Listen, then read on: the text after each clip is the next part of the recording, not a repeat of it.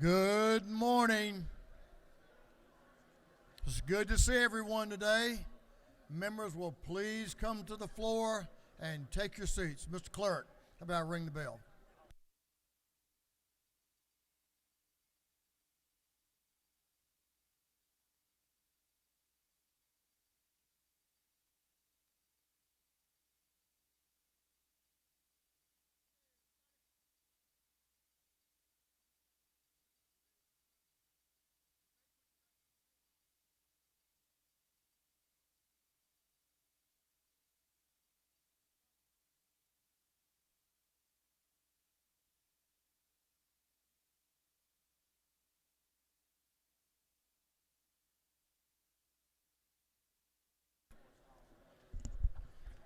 The hour for convening having arrived. All members will please take their seats. We're going to have the morning roll call. All members present will please vote green to signify their presence in the chamber. And Mr. Clerk, will you unlock the machines?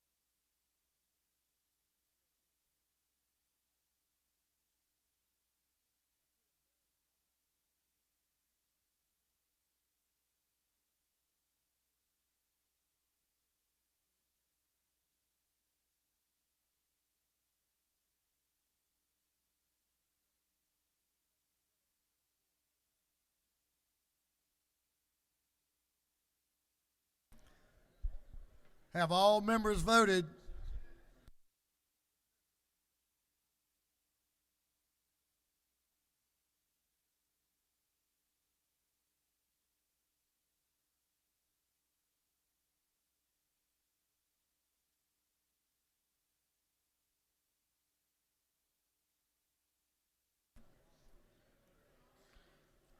All members voted? If so, Mr. Clerk, will you lock the machines? Doorkeepers, will you please close the doors and keep them closed? As is our custom, we will begin our day with scripture reading and prayer by the chaplain, after which we will pledge allegiance to the flag of our country. Our chaplain this morning will be introduced by the gentleman from the 180th House District, Chairman Stephen Saines. Chairman Saines.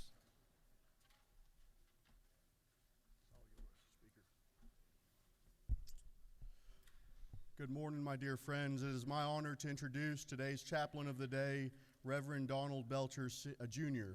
I first met Pastor Belcher as an 18-year-old new hire at the Kingsland Police Department, where he served as the PIO and Professional Standards Inspector. He quickly became an example for me, not only on the qualities that a law enforcement officer should embrace, but also the attributes that should always stand out, both as a public servant and as a man of God. Sincerity and clarity in communication, honesty in action, and conviction and purpose are just a few of those qualities that he embodies so well.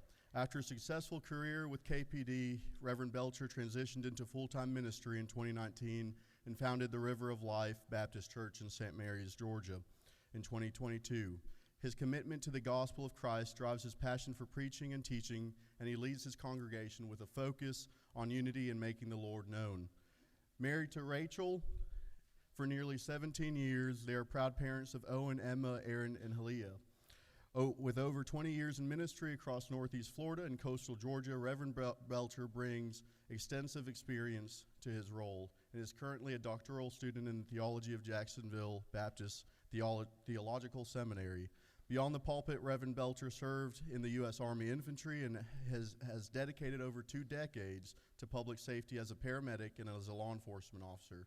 He currently serves as chaplain captain for the Camden County Fire and Rescue Department, offering support and guidance to that fire department. Reverend Belcher embodies dedication to God, country, and community through his diverse role in theology, military service, and public safety. Please help me welcome Reverend Donald Belcher Jr. As a true servant leader and chaplain of the day.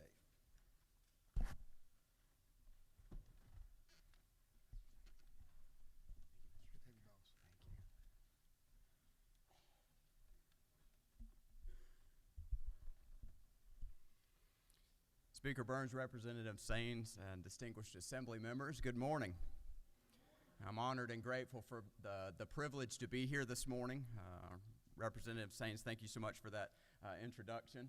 I do remember that day when I met Representative Saines, and it was interesting. He was sitting across from our desk as my lieutenant and I were interviewing him and prepping him for a career in law enforcement and getting into law enforcement, of what he thought he was going to get into law enforcement. I remember specifically asking him a question: where do you see yourself in 5 years? Because a lot of times my lieutenant and I would ask that question just to find out what their goals were in life.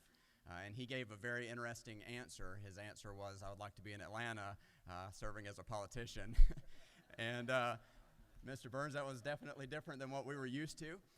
We were expecting something more like, I see myself as a patrol sergeant and leading my men on the streets, or I see myself as a patrol lieutenant.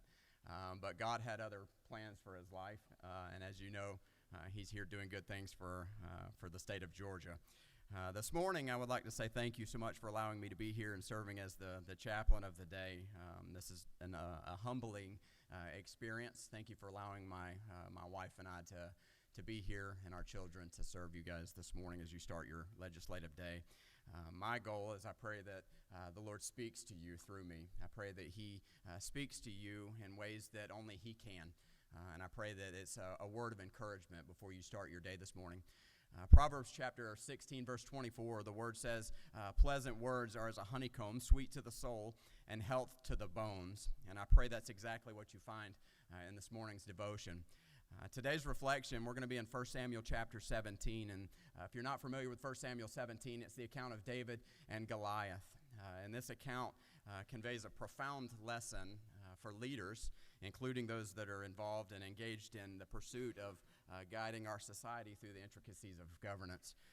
In this passage here in 1 Samuel, it unfolds with the Philistine army.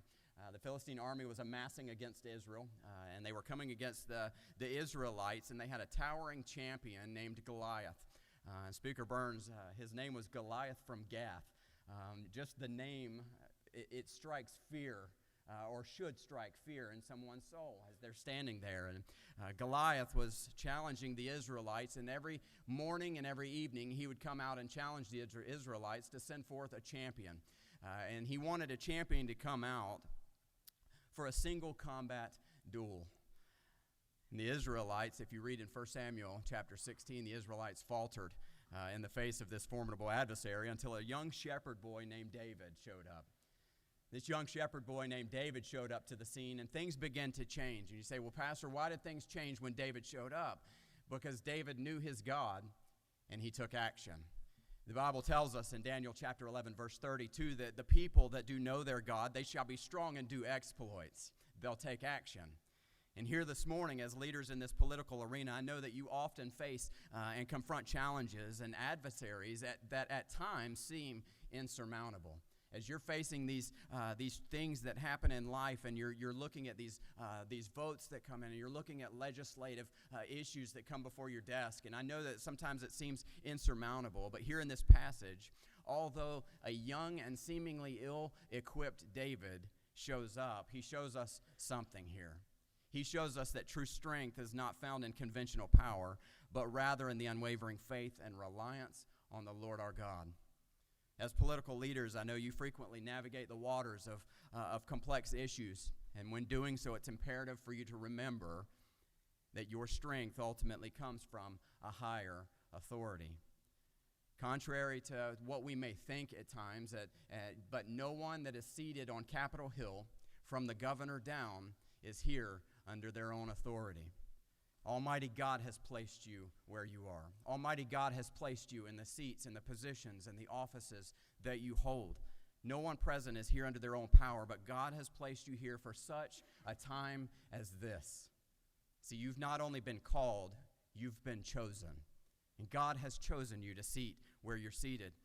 And David here, as you look in 1 Samuel, the king, he actually had some skepticism here. And he was skeptical with young David because David showed up and he was but a youth.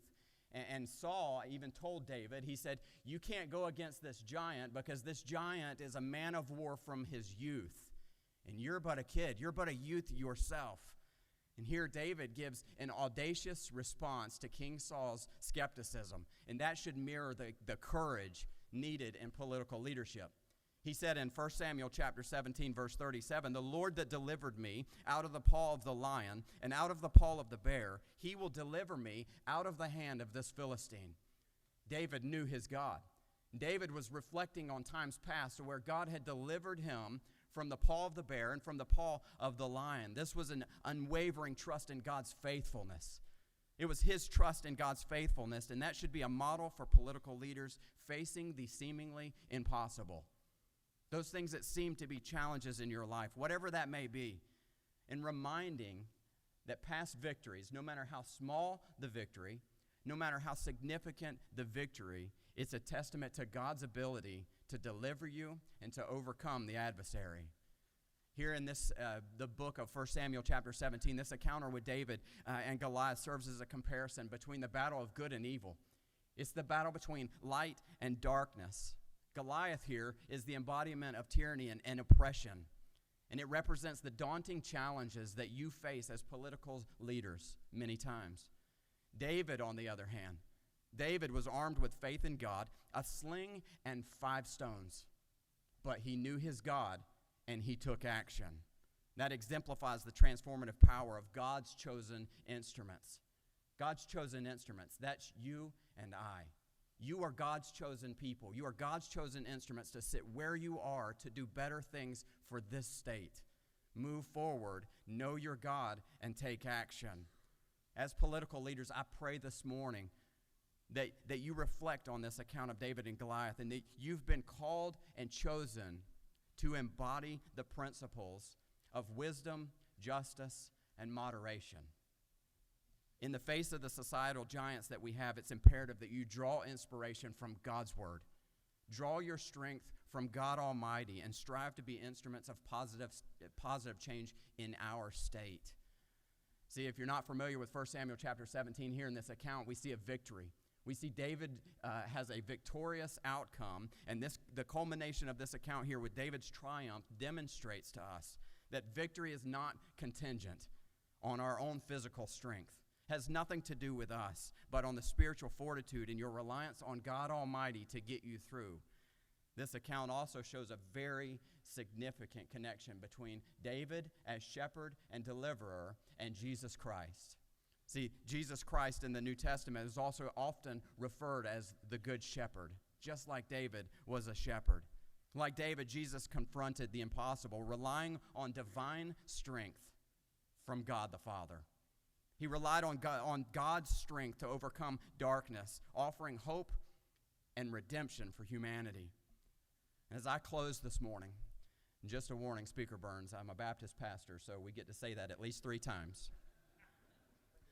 So I guess, Speaker says it's already been 2. If Speaker says it's been 2, it's been 2. I got one more. So this morning as I close, that's my last one. The account of David and Goliath offers you political leaders a timeless lesson that faith, courage, and reliance on God Almighty can help turn the tides. It'll turn the tides in your life, and it'll turn the tides against those seemingly insurmountable challenges that you face on a daily basis. These experiences, They should help us to examine our faith and determine whether we have the genuine faith that it takes to please God. I love how A.W. Tozer put it. A.W. Tozer said this: while it looks like things are out of control, behind the scenes there is a God who has not relinquished his authority. My God is the God of the universe. My God has not relinquished his authority. He's not voted in. He don't have to worry about being impeached. He is not kicked off of his throne. He is the king and creator of this universe. Do you know him? Members of the assembly, as you lead with integrity,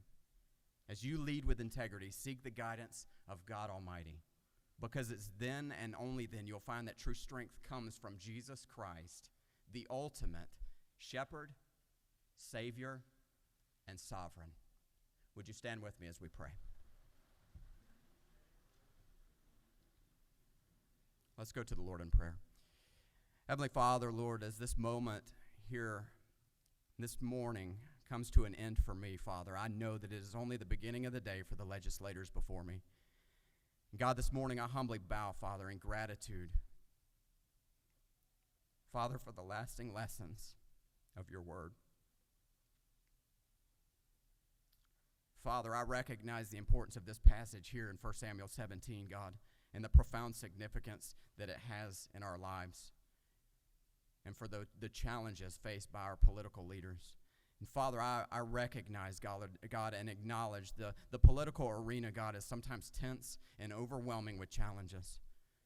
But Father, I pray that you would grant our leaders the wisdom to emulate David's boldness, God, and have a faith that's rooted in you and reliance on you. Father, like David, instill in our leaders, God, an unwavering trust in your faithfulness.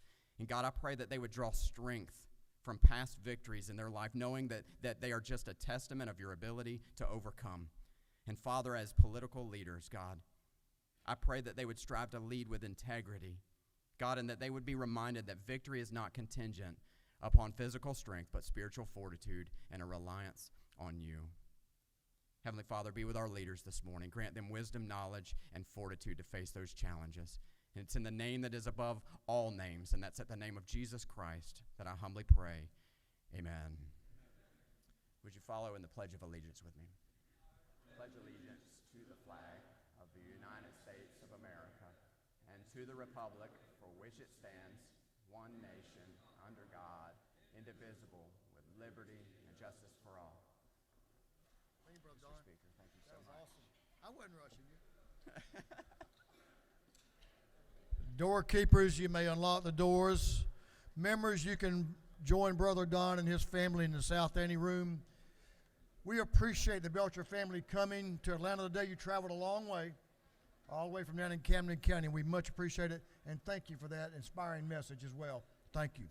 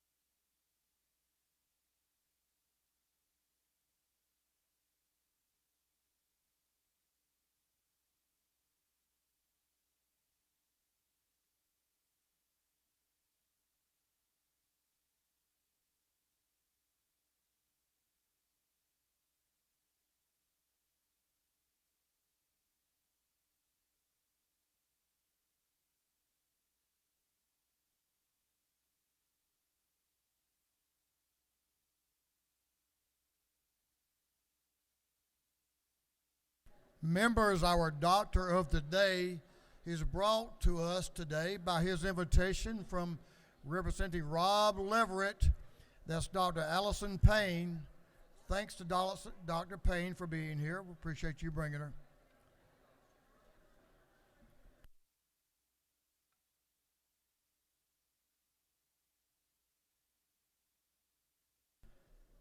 Members, if you will give your attention to Chairman Tarvin, the chair of the Committee on Information and Audits. Chairman Tarvin. Mr. Speaker, your Committee on Information and Audits has read the journal from the previous legislative day and found it to be correct. And just something for everybody to think about today, you will never get ahead of anyone as long as you're trying to get even with them. I truly believe that. That's profound. I hope the members heard that. I really do.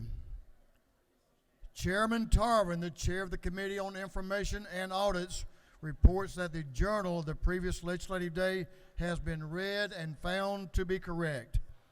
Is there any objection to dispense with the reading of the journal? Chair has none. The reading of the journal is dispensed with. Is there any objection to the confirmation of the journal? Chair hears none, and the journal is confirmed. Mr. Clerk, will you read the resolution establishing the order of business for the day?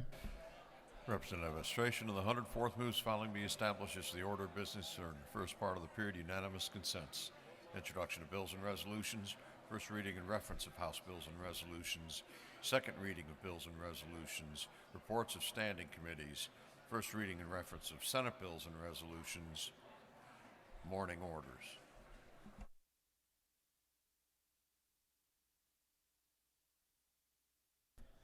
Is there any objection to adoption of the resolution establishing the order of business for the day? Chair hears none, and the resolution is adopted.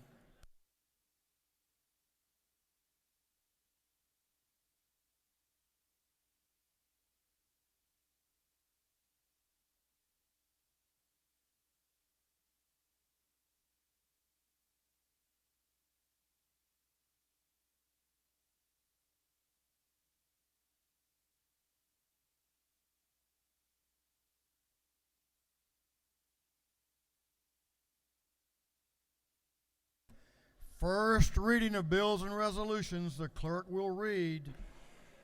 House Bill 1312 by Representative Jaspers to the 11th, Hagan to the 156th, and McCollum to the 30th. The bill being entitled an act to amend an act relating to regulation and taxation of electricity used as a motor fuel. Technology and infrastructure innovation. House Bill 1313 by Representative Bernal the 77th, Bell of the 75th, Douglas the 78th, Holly the 116th, and Scott of the 76th. Bill be entitled an act to authorize the assessment and collection of eviction mediation program fee. Intergovernmental coordination. House Bill 1314 by Representative Roman of the 97th, Gunther the 8th, Howell the 50th, Camp of the 135th, and Stoner of the 40th. Bill be entitled an act to amend Chapter 11 and Title 31 of the Official Code of Georgia Annotated relating to emergency medical services. Health. House Bill 1315 by Representative Williams of the 148th, Meeks of the 178th, Corbett of the 174th, Jones of the 25th, Campbell of the 171st, and others. Bill be entitled an act to amend Part 1 of Article 2, Chapter 5 and Title 48 of the Official Code of Georgia Annotated relating to property tax exemptions. Ways and Means. House Bill 1316 by Representative Williams of the 148th, a bill be entitled an act to amend an act creating a new charter for the city of Cordell. Intergovernmental coordination. House Bill 1317 by Representative Holcomb of the 81st, a bill be entitled an act to amend Chapter 6, Title 16 of the Official Code of Georgia Annotated relating to sexual offenses. Judiciary non-civil. House Bill 1318 by Representative Holcomb of the 81st, a bill be entitled an act to amend Title 28 of the Official Code of Georgia Annotated relating to General Assembly. Governmental affairs. House Bill 1319 by Representative Clark of the 100th, Hong of the 103rd, Muggle of the 105th, McCollum of the 30th, Reeves of the 99th. Bill be entitled an act to amend an act providing a homestead exemption from the city of Beaufort ad valorem taxes. Intergovernmental coordination. House Bill 1320 by Representative Clark of the 100th, Hong of the 103rd, Muggle of the 105th, McCollum of the 30th, Reeves of the 99th. Bill be titled an act to amend an act providing a homestead exemption from the City of Beaufort ad valorem taxes. Intergovernmental coordination. House Bill 1321 by Representative Bell of the 75th, Holland of the 54th, and Sharper of the 177th. Bill be titled an act to amend Title 44 of the Official Code of Georgia annotated relating to property. Energy, utilities, and telecommunications. House Bill 1322 by Representative Cannon of the 172nd, Corbett of the 174th, Rhodes of the 124th, Williams of the 148th, Perkel of the 169th, and others. Bill be titled an act to amend Chapter 23 of Title II of the Official Code of Georgia annotated relating to Georgia Hemp Farming Act. Agriculture and Consumer Affairs. House Bill 1323 by Representative Scott of the 76th, Bonner of the 73rd, Davis of the 87th, Gladney of the 130th, Tarvin of the 2nd, and others. Bill be titled an act to amend Part 2 of Article 15 of Chapter 1 of Title 10 of the Official Code of Georgia annotated relating to the Fair Business Practices Act. Defense and Veteran Affairs. House Bill 1324 by Representative Leverett of the 123rd, Estration of the 104th, Williamson of the 112th, Corbett of the 174th, Perkel of the 169th, and others. Bill be titled an act to amend Part 4 of Article 3 of Chapter 1 of Title 40 of the Official Code of Georgia annotated relating to ride-share network services. Judiciary. House Bill 1325 by Representative Blackman of the 146th, Gaines of the 120th, Kelly of the 16th, Oliver of the 82nd, and Crow of the 118th. Bill be titled Act to amend Part 1 of Article 2 of Chapter 5 of Title 48 of the Official Code of Georgia annotated relating to tax exemptions. Ways and Means. House Bill 1326 by Representative Stevens of the 164th, Jaspers of the 11th, Hawkins of the 27th, and Cooper of the 45th. Bill be titled an act to amend Chapter 13 and Title 16 of the Official Code of Georgia annotated relating to controlled substances. Health. House Bill 1327 by Representative Seaball, the 34th, Adesanya, the 43rd, Williams, the 37th, and Anulowitz, the 42nd. Bill be titled an act to amend an act creating a system of public schools for the city of Marietta.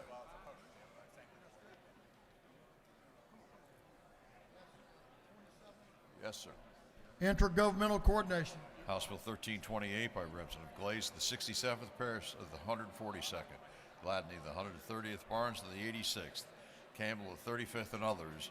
Bill be titled an act to amend Article 6 of Chapter 2 and Title 20 of the Official Code of Georgia annotated relating to Quality Basic Education Act. Education. House Bill 1329 by Representative Stevens of the 164th, Kelly the 16th, Neal the 79th, and Williams of the 168th. Bill be titled an act to amend Title 50 of the Official Code of Georgia annotated relating to state government. That's 29.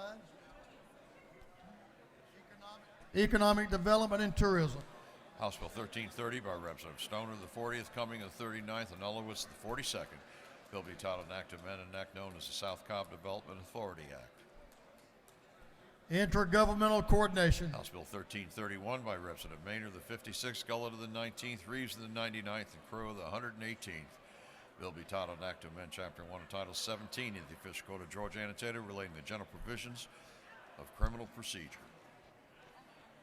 Judiciary non-civil. House Bill 1332 by Representative Maynard of the 56th, Newton of the 127th, Hatchett of the 155th, Clark of the 100th, Stinson of the 150th.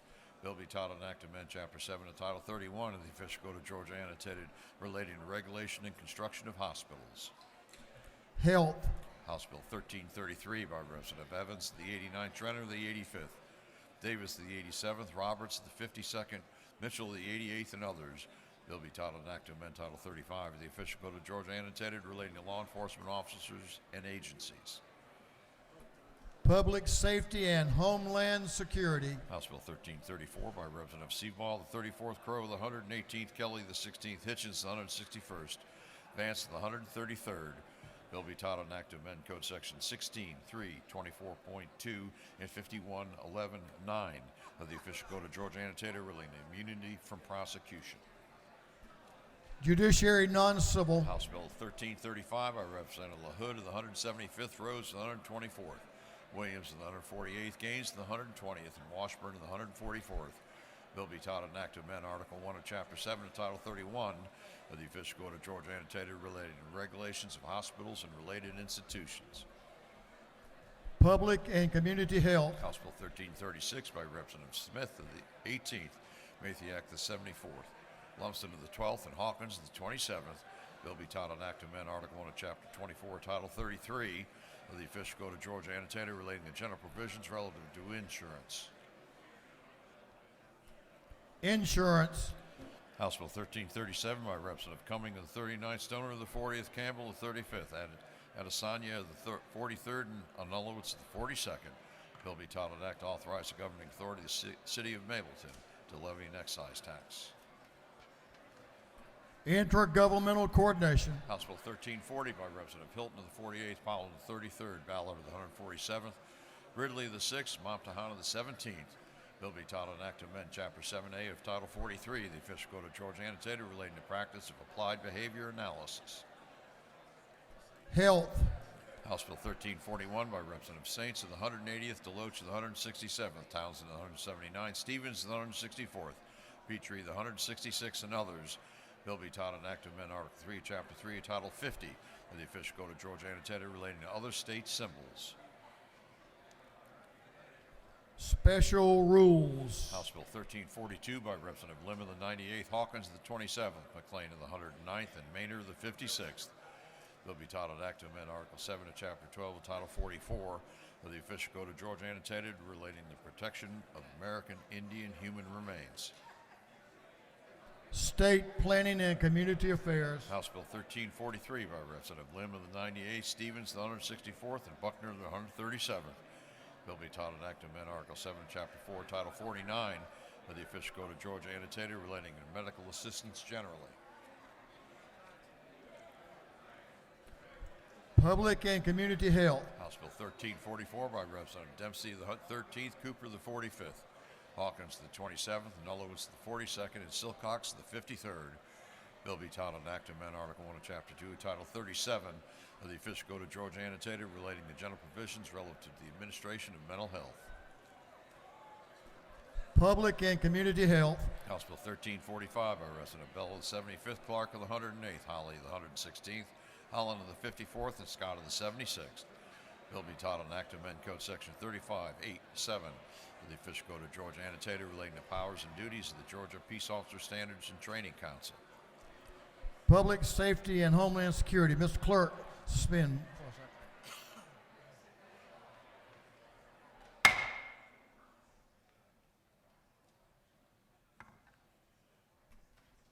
I hope I get y'all's bills in the right committee. If I don't, it's y'all's fault, not mine, because I can't hear what the clerk's saying. So you're traveling at your own risk. Mr. Clerk, proceed, please. House Resolution 1164 by Representative Hughley of the 141st, Smith of the 138th, Buckner of the 137th, Reese of the 140th, and Jaspers of the 11th, and others. A resolution honoring the life of the Honorable Richard H. Smith and dedicating an interchange in his memory. Thank you, members. Transportation. House Resolution 1165 by Representative Smith of the 18th, Carpenter of the 4th, Scoggins of the 14th, Jaspers of the 11th, Collins of the 71st. A resolution proposing an amendment to the Constitution so as to provide that for the qualifications, duty, and salary of the school superintendent. Education. House Resolution 1166 by Representative Meeks of the 178th, Houston of the 170th, Dickey of the 145th, Williams of the 148th, Campbell of the 171st. A resolution creating the House Study Committee on the exchange, storage, and bond coverage of agricultural products. Agriculture and Consumer Affairs. House Resolution 1167 by Representative Mitchell of the 88th and Campbell of the 35th. A resolution to ratify an amendment to the United States Constitution.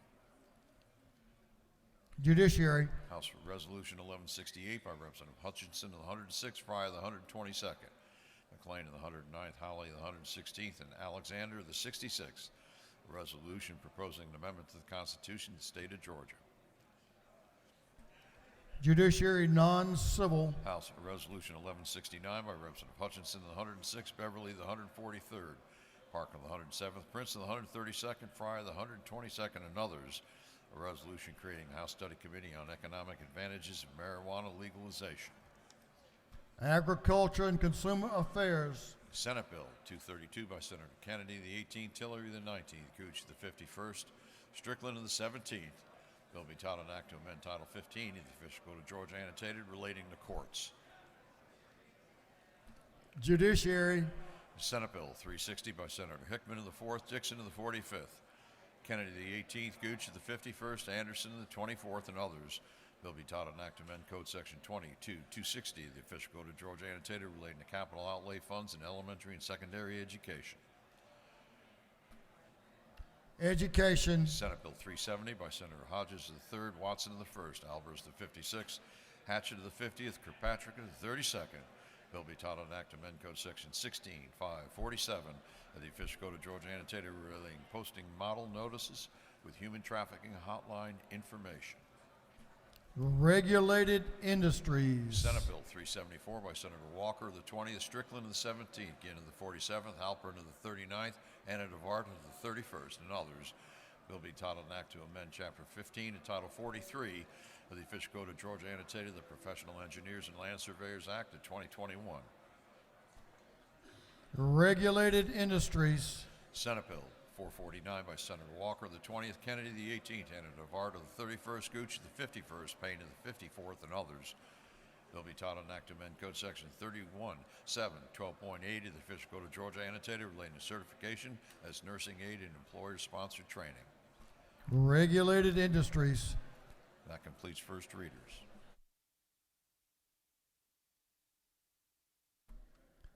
Second reading of bills and resolutions. The clerk will read. House Bill 1294 by Representative Perkle of the 169th, Green of the 154th, Werkheiser of the 157th, a bill relating to the Georgia Environmental Finance Authority. House Bill 1295 by Representative Perkle of the 169th, Jones of the 25th, Corbett of the 174th, Williams of the 148th, a bill relating to horns, exhaust systems, mirrors, windshields, tires, safety belts, and energy absorption systems. House Bill 1296 by Representative Hilton of the 48th, Ballinger of the 23rd, New of the 64th, Sains of the 180th, Montana of the 17th, and others, a bill relating to online internet safety. House Bill 1297 by Representative Thomas of the 21st, Clark of the 100th, Bonner of the 73rd, Barrett of the 24th, Ridley of the 22nd, and others, a bill relating to state and other flags. House Bill 1298 by Representative LaHood of the 175th, Burchett of the 176th, Williams of the 148th, a bill to authorize the assessment and collection of a technology fee by the probate court of Brooks County. House Bill 1299 by Representative Reese of the 140th, Green of the 154th, Maynard of the 56th, Olalier of the 59th, Buckner of the 137th, a bill relating to recording of relative to property. House Bill 1300 by Representative Prince of the 132nd, a bill relating to certification of assessed taxable value of property and method of computation. House Bill 1301 by Representative Mathiak of the 74th, Camp of the 135th, Hawkins of the 27th, Bennett of the 94th. A bill relating to control of hazardous conditions, preventable disease, and metabolic disorders. House Bill 1302 by Representative Bennett of the 94th, Hawkins of the 27th, New of the 64th, Oliver of the 82nd, Hughley of the 141st, and others. A bill relating to medical assistance. House Bill 1304 by Representative Clark of the 108th, Colley of the 116th. A bill relating to procedure for voting by absentee ballot and advance voting. House Bill 1305 by Representative Clark of the 108th. A bill relating to primaries and elections. House Bill 1306 by Representative Clark of the 108th and Sharper of the 177th. A bill relating to regulation of controlled substance in student health in elementary and secondary education.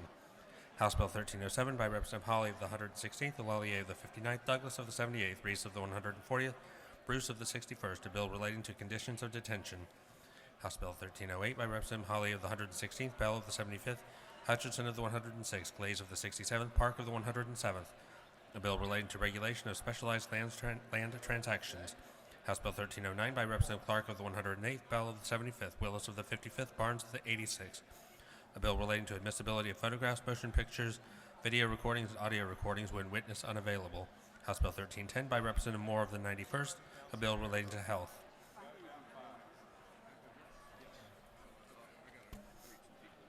House Bill 1311 by Representative Moore of the 91st and Cummings of the 39th, a bill relating to dating violence protective orders. House Bill 1338 by Representative Corbett of the 174th, Meeks of the 178th, Cannon of the 172nd, Townsend of the 179th, Smith of the 70th, and others, a bill to amend the Georgia Surface Mining Act of 1968. House Bill 1339 by Representative Parrish of the 158th, Burns of the 159th, Hawkins of the 27th, Beverly of the 143rd, Taylor of the 173rd, a bill relating to health. House Resolution 1154 by Representative Gamble of the 15th and Scoggins of the 14th, a resolution honoring the life of Mr. Gene R. Tilley and dedicating a road in his memory. House Resolution 1155 by Representative Alexander of the 66th, Bruce of the 61st, Thomas of the 65th, and New of the 64th, resolution honoring Mr. Scott Hudson and dedicating an intersection in his memory. House Resolution 1162 by Representative Stinson of the 150th, Estration of the 104th, Burchett of the 176th, Carson of the 46th, Camp of the 135th, and others, a resolution honoring the life of Mr. Michael Anthony Woodall and dedicating an intersection in his memory. House Resolution 1163 by Representative Moore of the 91st, a resolution proposing amendment to the Constitution so as to provide that revenue derived from the regulation of safe drinking water and toxic enforcement may be dedicated for certain purposes and not deposited into the general fund.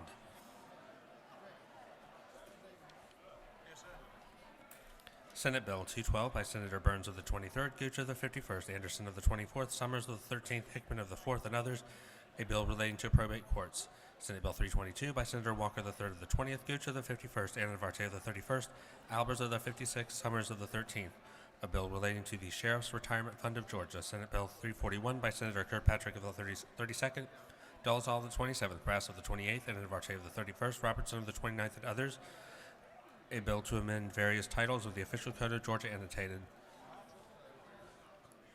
Senate Bill 436 by Senator Watson of the 11th, Goodman of the 8th, Anderson of the 24th, Walker the 3rd of the 20th, Gann of the 47th, and others, a bill relating to operation of farm use vehicles. Senate Bill 448 by Senator Hatchett of the 50th, Strickland of the 17th, Kennedy of the 18th, Gooch of the 51st, a bill to amend the Official Code of Georgia annotated so as to revise, modernize, correct errors or omissions in. Senate Bill 467 by Senator Williams of the 25th, a bill to create a Board of Elections and Registration for Baldwin County. Senate Bill 468 by Senator Williams of the 25th, a bill to amend an act creating the Board of Commissioners of Baldwin County, through second readers.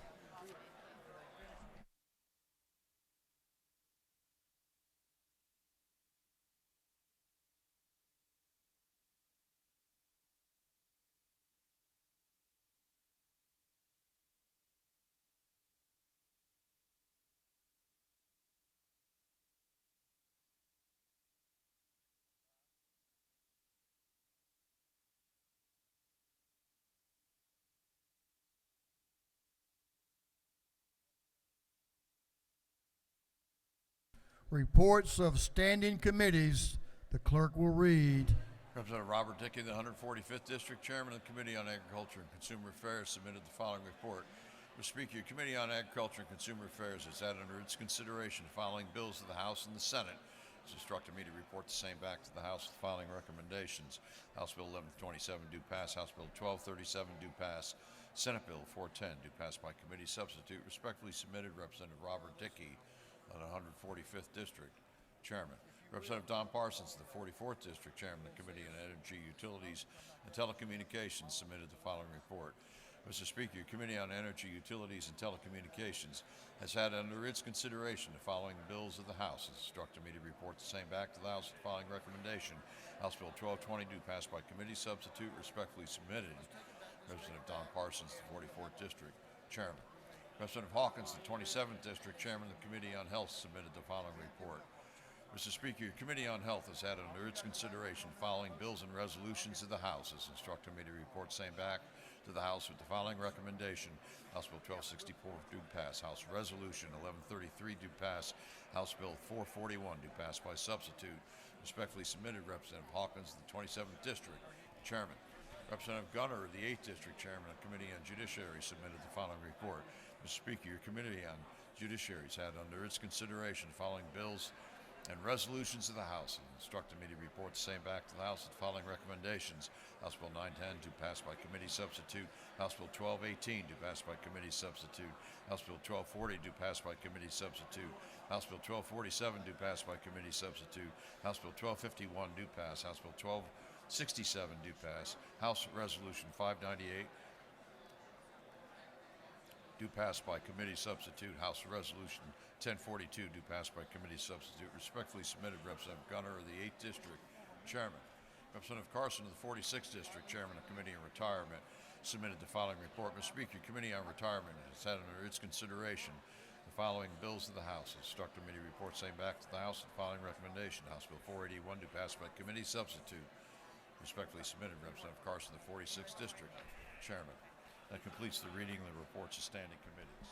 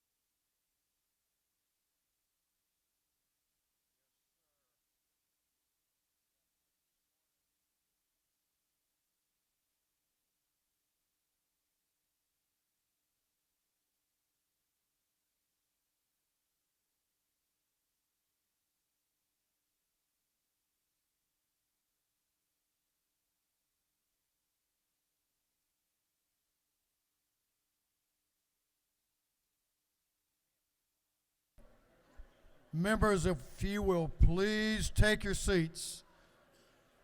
We will move on to morning orders.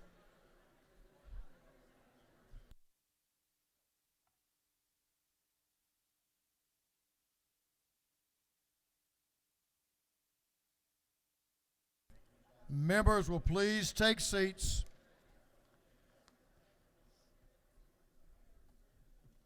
Representative Williams, we have a whole slew of morning orders. We do. Okay, members, here's our posture.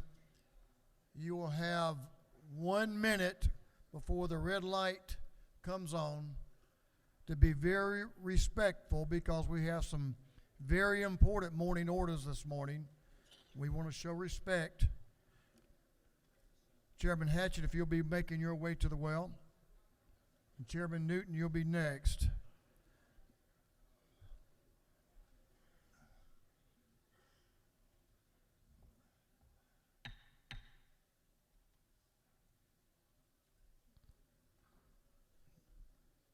The gentleman from Lawrence County, Dublin, Georgia, Chairman Matt Hatchett, is recognized for a morning order. Please give the gentleman your attention.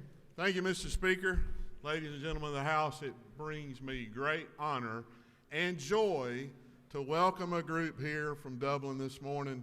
59 years ago, the Dublin Lawrence St. Patrick's Festival began, and it has continued on every year for over a month there in March to celebrate St. Patrick's Day, and it's been run by a volunteer organization. And the coordinating committee, organizing committee, part of them are here, and if y'all will stand, let's welcome them to the House.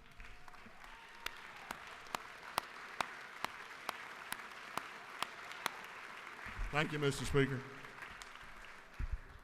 Savannah's got nothing on y'all. Welcome to the House. We appreciate what y'all have done over the years. Chairman Newton, recognized for a morning order. Thank you, Mr. Speaker. I rise with many of the great Augusta delegation to acknowledge and welcome Leadership Augusta here to the House today. It was established in 1980. It's a branch of the, it was affiliated with the Metro Chamber of Commerce, Augusta Metro Chamber of Commerce, which, by the way, are the ones who donated the hats that you found on all your desks today. Just as a reminder that in addition to Dublin and Savannah, Augusta's out there doing great work for the state. This organization, Leadership Augusta, has worked for decades, engaging civic leaders, emerging leaders to do more and more to make our state and our area more prosperous. And I want to welcome Chairman Stephen King, Co-Chairman Al Dallas, and Government Day Chairman Ryan Mahoney, and the entire class of Leadership Augusta. Thank you for being here today. If y'all stand up and let us welcome you. Thank you all for being here today. Thank you, Mr. Speaker. Welcome to the People's House. Good to have y'all. Representative Becky Evans, recognized for a morning order.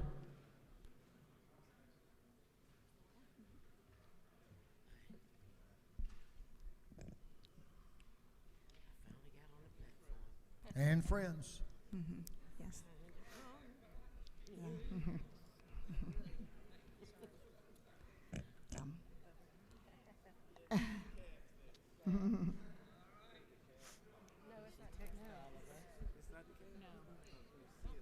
Excuse me. You're recognized.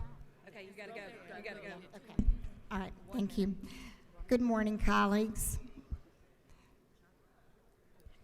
Today, I would like to honor the life and legacy of service of Dr. Amy Wald St. Pierre and those who carry on her life works. Just 38 years of age, Amy died in gunfire while at a doctor's appointment during her lunch break. You may recall the horrific shooting that occurred at Northside Medical Midtown on May 3rd, 2023, when a troubled young man who had no business owning a gun shot Amy and four other patients in the waiting room. Amy was one of a kind and took far less in life than she gave. Her contributions to her family and community are many, and in having spoken with Amy's dear friend and colleague, I believe that Amy would not wish for those who knew and loved her to dwell on the good work she did, but to direct their energy, attention to the work that remains to be done, the work that she's passionate about and committed to, that we can continue in her honor. Her life work to prevent maternal mortality that we can carry out in amplifying her voice, her honor, and in her absence. I'd like to ask for a moment of silence to honor the life of Dr. Amy St. Pierre.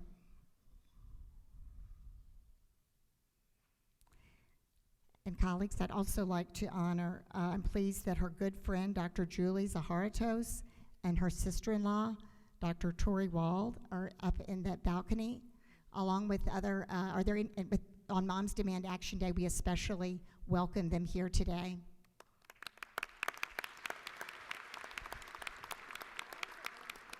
Thank you, Mr. Speaker. I yield the well. Thank you, Representative. Welcome to the People's House. Sorry for your loss. Representative Lisa Campbell, Chairman Mitchell, Chairman Billy Mitchell, recognized for a morning order, Chairman Billy Mitchell. Representative Campbell.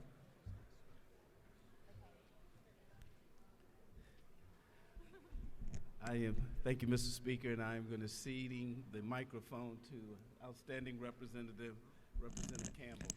Thank you, Chairman Mitchell. Thank you, Representative Hughley. Thank you, Speaker. Colleagues, today I'm so excited to be a co-host for Georgia's ERA Day. ERA is the Equal Rights Amendment Day, and we're very excited to have members from Georgia's National Organization of Women here today.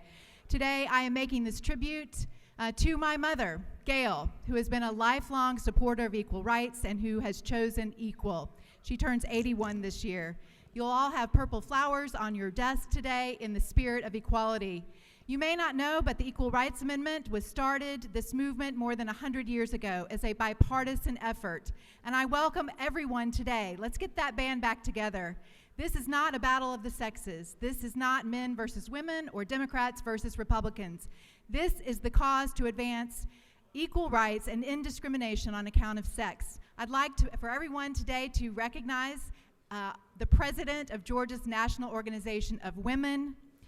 And this is President Triana Arnold James. We also have guests here today from the Equal Means Equal Organization, the League of Women Voters, and many others. Please join us. We'll be here all day and a press conference at 4 o'clock. Let's finally pass the Equal Rights Amendment in Georgia and in the United States. Thank you. Thank you.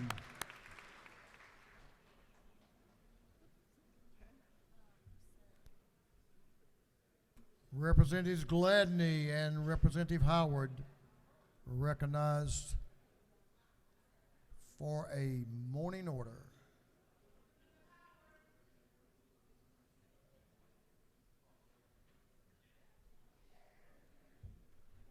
And Representative Frazier. Representative Newton, Representative Prince. Happy Augusta Day.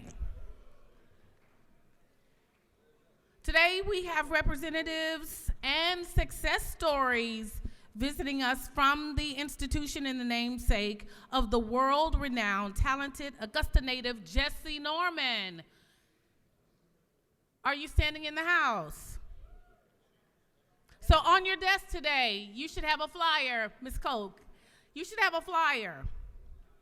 I myself have been a supporter and a volunteer since my 22-year-old son was a 5th grader and he was accepted into this program.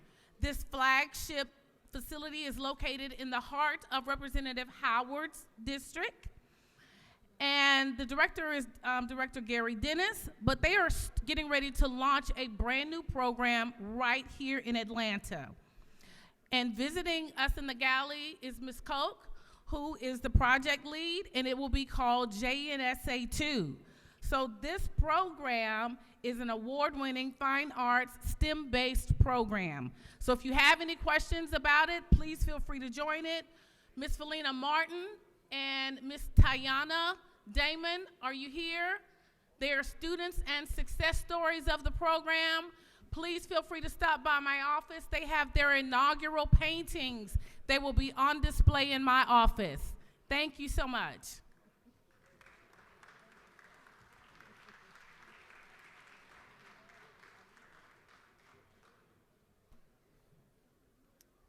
I'll refresh your memories.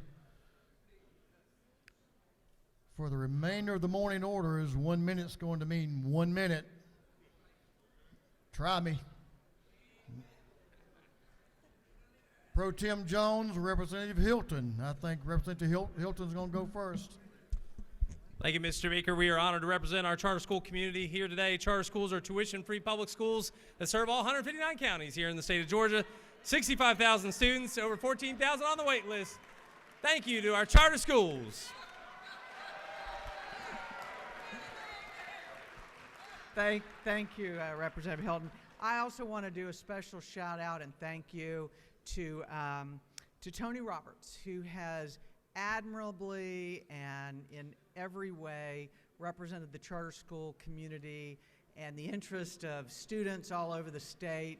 For 17 years, he is taking a well-deserved retirement. You will never be replaced, Tony. It's been my honor and joy to work with you for 17 years. And best of luck, and I look forward to seeing you on the other side of retirement, just as friends, not as colleagues. Thank you. Thank you, Tony, for your service. We appreciate you. Thank you all for being here. Representative Hilton, I'd get my tongue tied if I tried to talk that fast. I can assure you of that. Good job. Representative McLean, recognized for a morning order. Give the gentleman in the well your attention, please. Representative McLean. Thank you, Mr. Speaker. We'd like to welcome in the House today the Georgia State Council of Machinists. I know they're in the stands and galleries.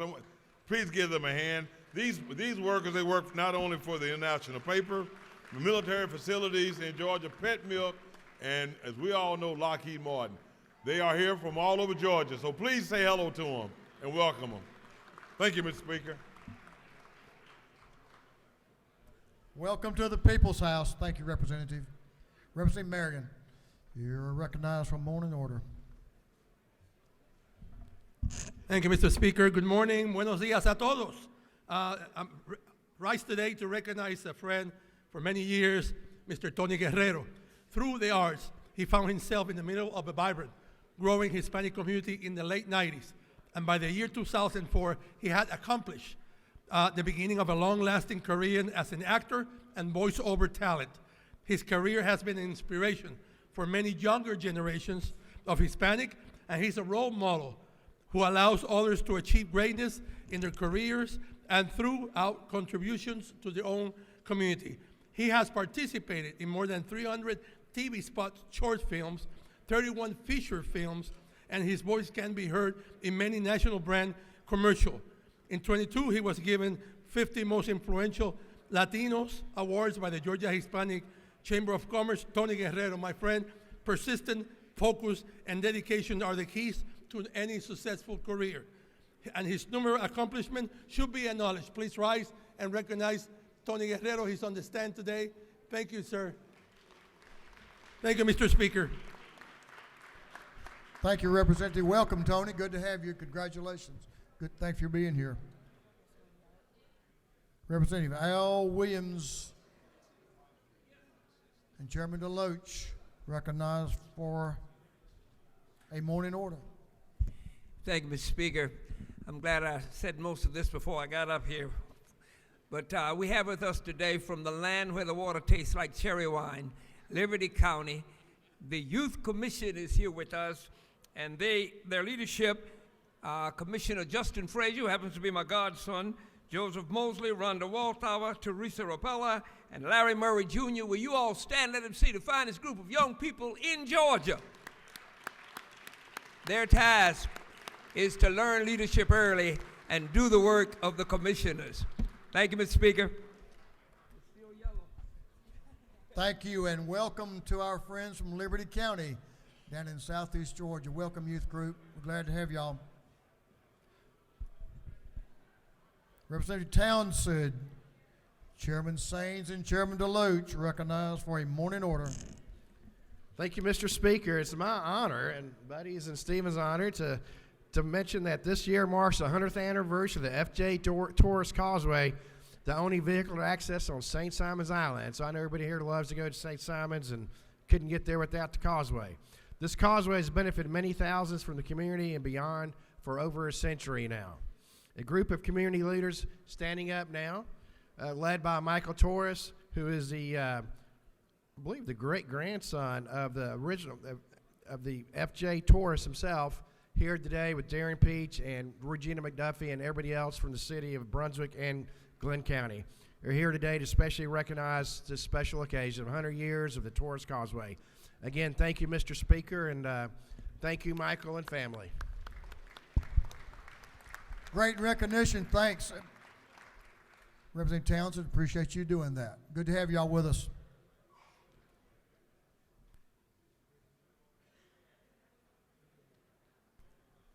Chairman LaHood is recognized for a morning order. Chairman LaHood. Thank you, Mr. Speaker and members. I'm honored today to welcome the Georgia Senior Living Association to the Capitol, and they are here to represent the over 43,000 older adults that they serve around the state, and we've got lunch for you in room 133, the first floor of the Capitol, so if you're able to come by and grab lunch, do that, and thank you. We got some of them standing here and some are over in the Senate. But thank you, Georgia Senior Living Association, and welcome to the Capitol. Good to see y'all. Thank y'all for being here, and thank you for what you do. Thank you for what y'all do. Chairman Wiedauer. Let's see, we have Chairman Wiedauer, Taylor, Hawkins, Dubnik, Gamble, and Gaines. Representatives all. They're recognized for a morning order. Thank you, Mr. Speaker. Colleagues, I rise today. You guys obliged me with a young person that I'm related to, came yesterday and shadowed the Speaker. That was for Georgia Youth Assembly, and today is Georgia Youth Assembly Day at the Capitol. And up in the gallery today, we have more that have joined us. The Youth Governor, Mary Louise Timchuk, Lieutenant Governor Andre Williams, please stand. Speaker of the House, Kennedy Wiedauer. State President, Alicia Deutsch. Y'all give them a round of hand. That's your daughter, I bet. Congratulations. In the fall, they get to come down here and give us some good ideas for good legislation so that we can take on to the next year. It's a great program to support. Please keep them in mind. You might get a letter of requesting some support of their program later in the year. But thank you, Mr. Speaker. I yield the will. Thank you, Mr. Chairman. So, Speaker Wiedauer, you're the 80th speaker, and is this the 80th year of the program? 75th. So some speakers didn't make it long. 80th speaker, but 75th year. Thank y'all for being here. Thanks for answering my question. Chairman Parrish is recognized for a morning order. Thank you, Mr. Speaker. We've got a lot of special guests in the gallery today, and we have some from Metter-Candler County, and they're with us, and we'd like to recognize them at this time. If y'all will stand, this is the Candler County Youth Leadership. Please join me in welcoming them to the Capitol.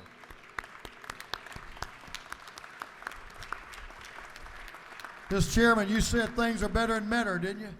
That's what I'm talking about. Welcome, y'all. Good to have you. Representative Anderson and Chairman Irwin recognized for a morning order. Thank you, Mr. Speaker. Colleagues, today we would like to welcome a contingency from Habersham County today. We've got the Habersham Chamber Group and the Leadership Habersham. We have a few resilient members of the group here still with us today. If y'all would stand and be recognized by the Chamber. The group is much larger than this, but they're scattered all over the Capitol today. So I'd like to welcome them to the People's House. Thank you. Thank y'all for sticking with us. We're glad to have y'all. It's important you come down and make your presence known, so thanks for being here today. Representative Shay Roberts is recognized for a morning order. Thank you, Mr. Speaker. We honored Amy St. Pierre just a little bit ago, but our friends from Moms Demand Action had not made it into the gallery yet.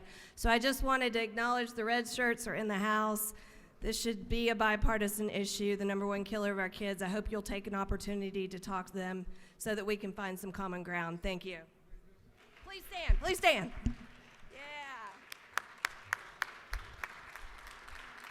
Good to have y'all. Thank you, Representative Roberts. Welcome to the People's House.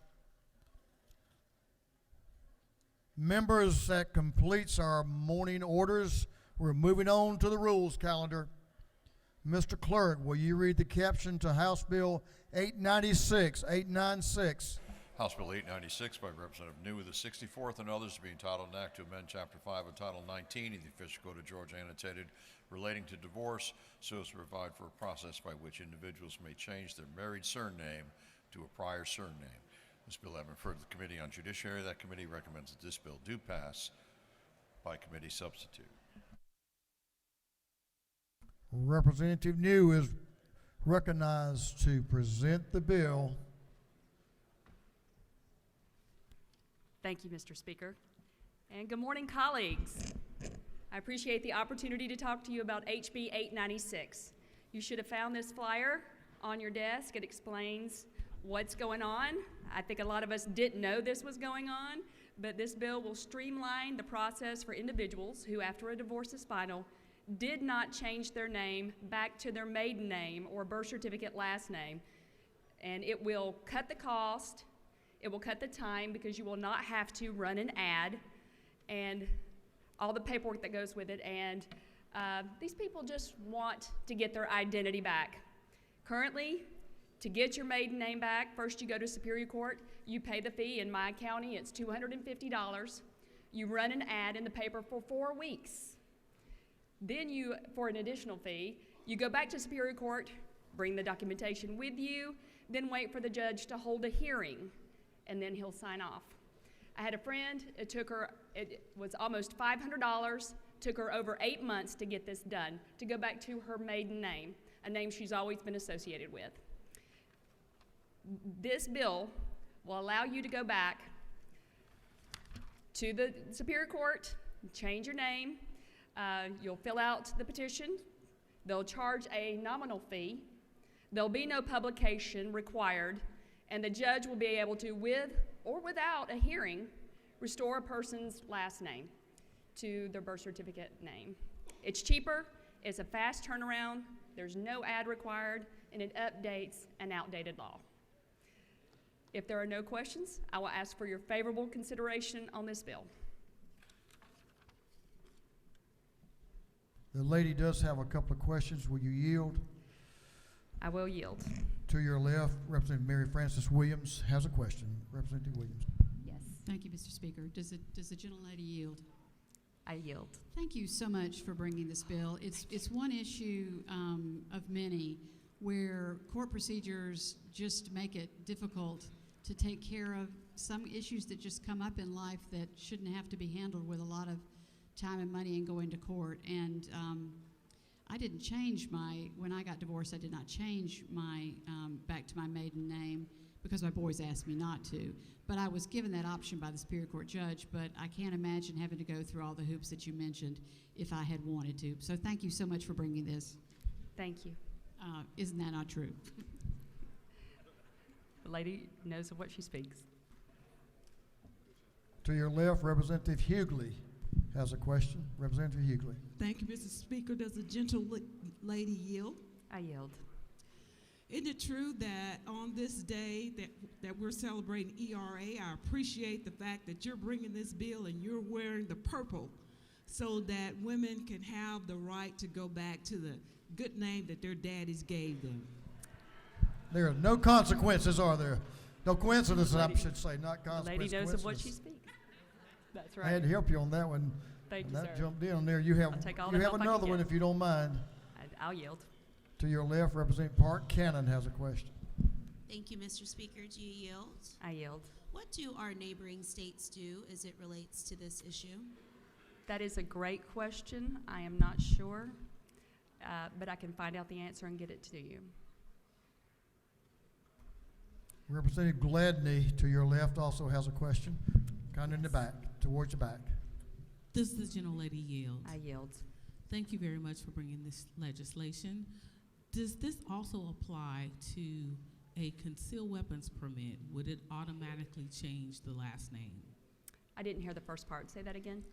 Does it also apply to a concealed weapons permit? Will it also change on that legal permit as well? This is just to go back to your surname from a divorce. So I'm not sure where that lies, but it's not part of this bill at this time. But it could be continued to next year. Thank you very much. I'd be more than happy to work with you on that. Sounds good. Should Thank you you. choose to do so. Thank you very much. Thank you. Sir, True. I yield the well. The lady has yielded the well. Is there any objection to the previous question being ordered? The chair hears none. The previous question is ordered. Is there any objection to adopting the committee's substitute? The chair hears none. The committee's substitute is adopted. Is there any objection to agreeing to the report of the committee, which was favorable to the passage of the bill? The chair hears none. The report of the committee is agreed to.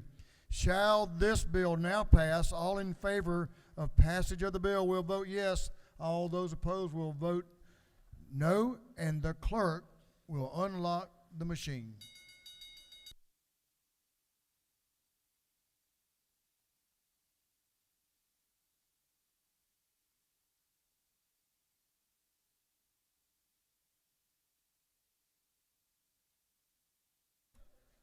Have all members voted? All members.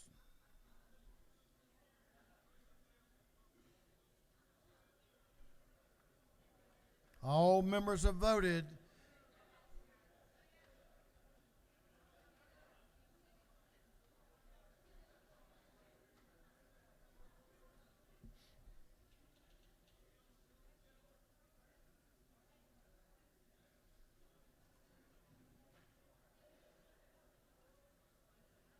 I think all members have voted.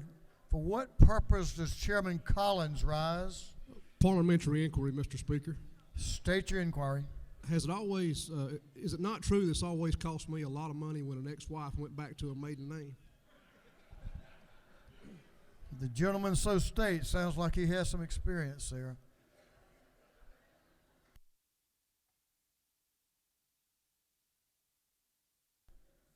For what purpose does Representative Sharper rise? Parliamentary inquiry. State your inquiry. is it true that we should allow people to keep their name while they're married for 5 years before they change their name? I'm not sure about that. I don't think I'm getting involved in that one. That sounds personal. So with that, Mr. Clerk, I think all members have voted.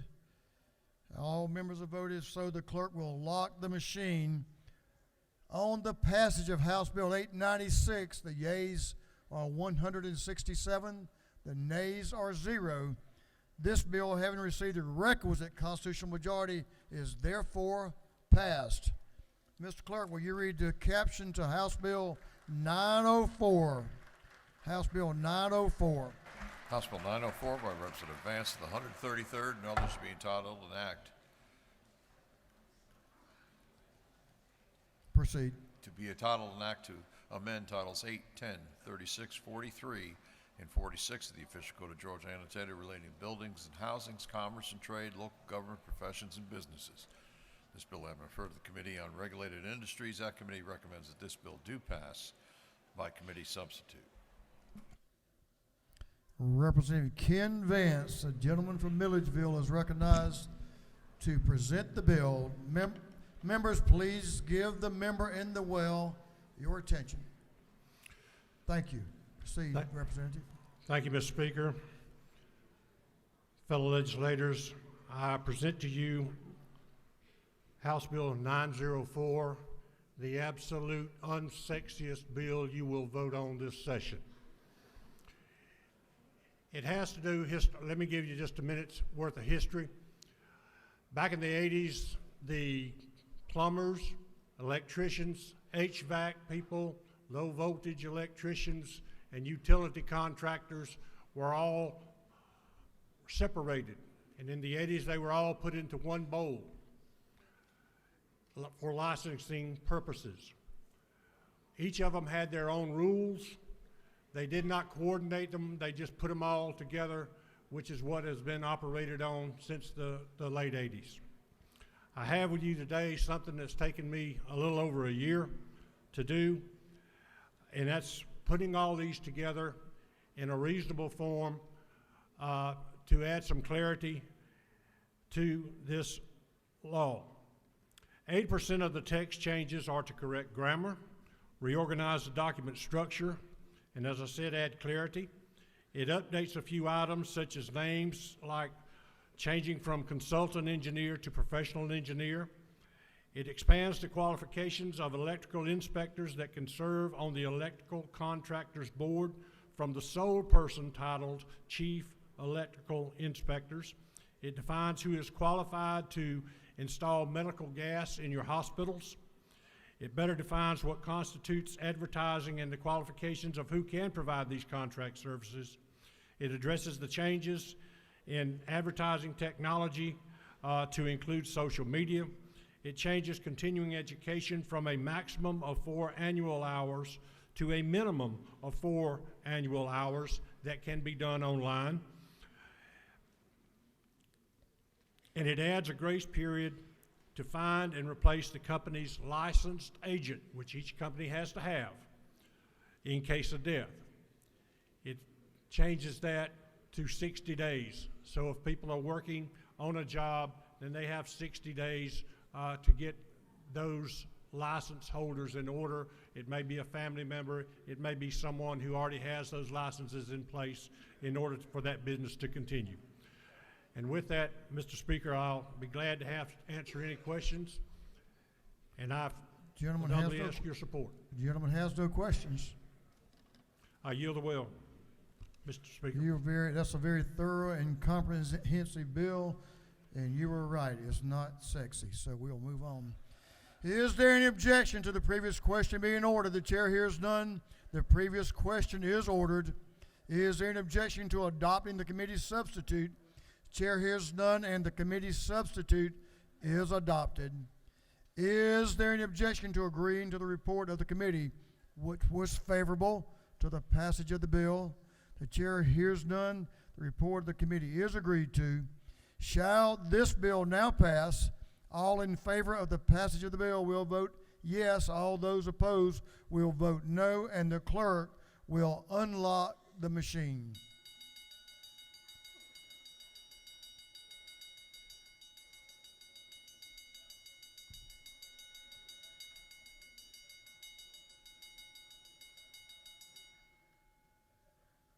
Have all members voted?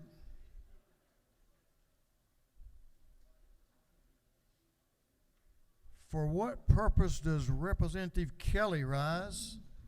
Parliamentary inquiry, Mr. Speaker. State your inquiry. Mr. Speaker, after that explanation, is it apparent to you, as it is to me, that the former colonel of the State Patrol has been directing the former executive director of Post on how to present a piece of legislation? It's pretty clear to me, but I wasn't going there. I'm having to live with both of them, so good luck to you. He's right behind you. Let's see. Have all members voted? If so, Mr. Clerk, will you lock the machine? On the passage of House Bill 904, the yeas are 168, the nay is 1. This bill, having received the requisite constitutional majority, is therefore passed. Mr. Clerk, will you read the caption to House Bill 1077, 1077? House Bill 1077 by Representative Cooper, the 45th, and others to be entitled an act to amend Chapter 10 and Title 49 of the Official Code of Georgia annotated relating to the Georgia Board of Health Care Workforce, so as to create a grant program to provide funding to eligible institutions for additional behavioral health workforce training positions. This bill having been referred to the Committee on Public and Community Health, that committee recommends this bill do pass. Chair Lady Sharon Cooper is recognized to present the bill. Thank you, Mr. Speaker. Good morning, ladies and gentlemen of the House. I rise today to bring you House Bill 1077. Just like I always say, hospitals do not treat patients, doctors treat patients, and the same goes for the people that treat mental illness. And we are desperately short of individuals that are qualified to treat the mentally ill people across our state. And just like we have had programs to help physicians repay their student loans, that is what House Bill 1077 does.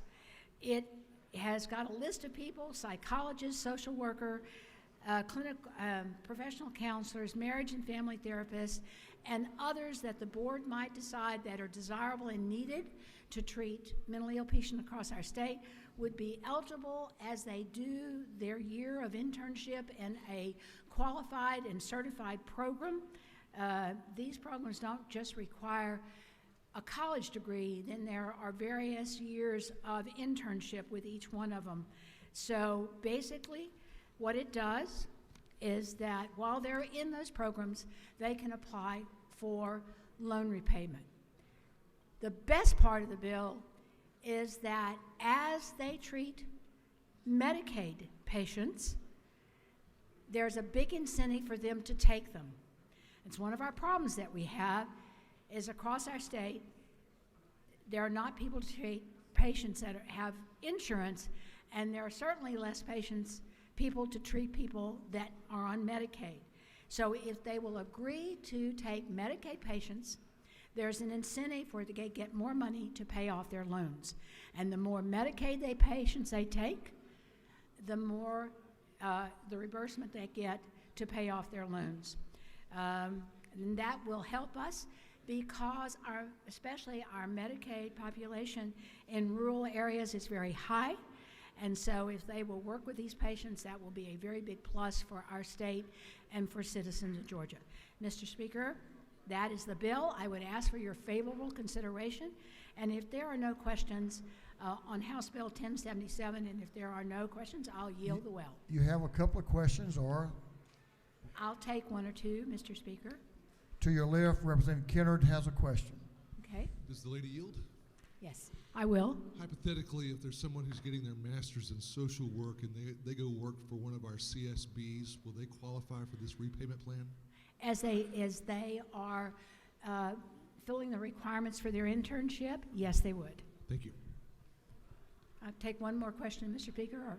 Okay, Chair Lady Dempsey has a question to your, Yes, yes. does I the will lady yield. yield? Thank you so much.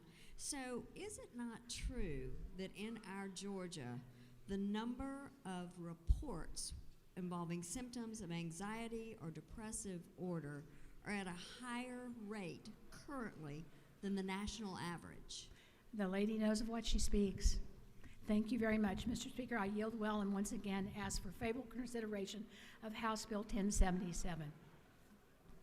The lady has yielded the well. Is there any objection to the previous question being ordered? The chair hears none. The previous question is ordered.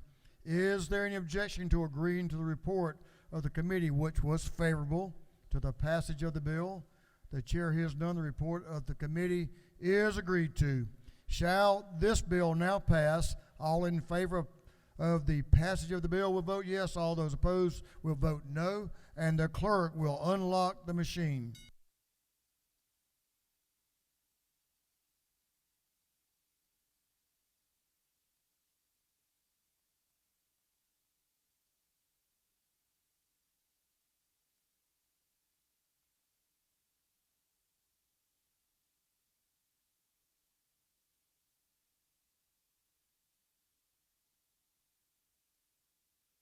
Have all members voted?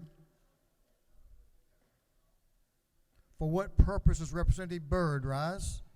Parliamentary inquiry. State your inquiry. Is it not true this is a Bernie Sanders-like plan to pay off student loans in order for the government to influence the free market? I'm not sure about that, but I'm sure the lady has a strong opinion. For what purpose does Representative Burchett rise? Parliamentary inquiry. State your inquiry. Mr. Speaker, is it not true that suicide is the second leading cause of death among people 10 to 14, ages 10 to 14, and this bill will help to rectify that issue we have here? I'm sure the gentleman knows what he speaks. I'm sure he does. For what purpose does Chairman Leverett rise? Parliamentary inquiry. State your inquiry. Mr. Speaker, is it not true that 1 in 5 adults, probably including Bernie Sanders, experience mental illness? Since you mentioned it, I'm sure the gentleman knows of what he speaks. Have all members voted? All members voted. Good choice. If so, the clerk will lock the machine.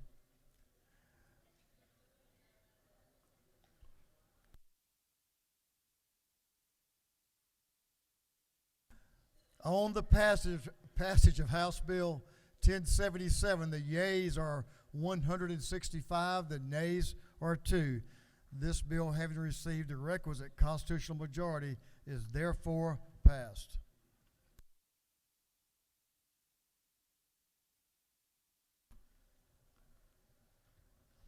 Mr. Clerk, will you read the caption to House Bill 1072, 1072? House Bill 1072 by Representative Cooper, the 45th, and others to be entitled an act to amend Article 10 of Chapter 8 of Title 31 of the Official Code of Georgia annotated relating to the Drug Repository Program, so as revised definitions. This bill having been referred to the Committee on Health, that committee recommends that this bill do pass.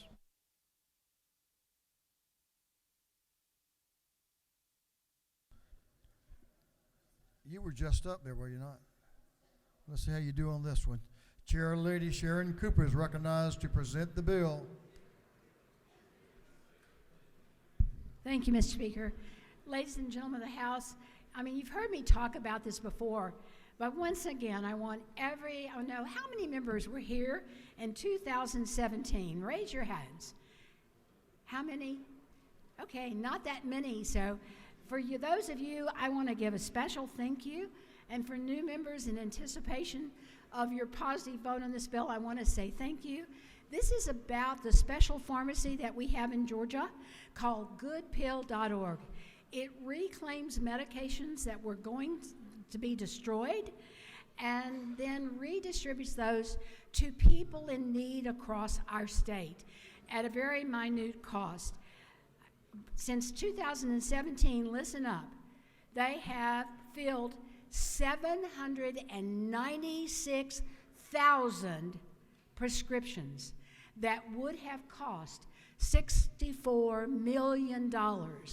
And they have given those to people in need across our state at about a $6 a prescription for a 90-day prescription fill. So $6 for 90 days. Something we can be very proud of, and please, it's called goodpill.org. Please spread the word. And there's only about a 5-minute honor system to sign up and say you're needy. So please let your constituents know rather than go without their medications. Otherwise, these are medicines that would be destroyed. So what's happened? They are so successful. This is one of only 2 programs like this across the country. It's totally mail order. They are a regular pharmacy, meeting all of the regulations and all for a pharmacy. And they have grown so much, they have now had to move again, and they needed some extra help. So here's what. The bill seems complicated. It's not. It gives them 2 more pharmacy technicians to work for them, 2 more than usually a pharmacy can have. It also makes it very clear that there are people that are drug reverse distributors that go around collecting these medicines, that they need to work with our pharmacy and to try to help them get more medicines to donate. It clarifies that if a nursing home, a big nursing home, donates medicine, it's not wholesaling. It also clarifies that this is not a pharmacy that carries all medicines. They do not do injectables, they do not do narcotics, and they don't have to be a full flexi. And one of the biggest things it does is, since they're getting donated medicines, if they get a prescription for 500 milligrams of an antibiotic and all they have is that drug in 250 milligram capsules, the pharmacist can make the decision to give 2 of those to equal 500 milligrams without calling the physician, because they're doing this all over the state in the mail order. There was a section that somebody questioned about federal Title X recipients. That is talking about working in the pharmacy, working with places that fall under that, like it would be a clinic like the federally qualified health programs in our state, I believe, would work under federal Title X, and so that they would work together to make sure that low income, some of the lowest people get the medications.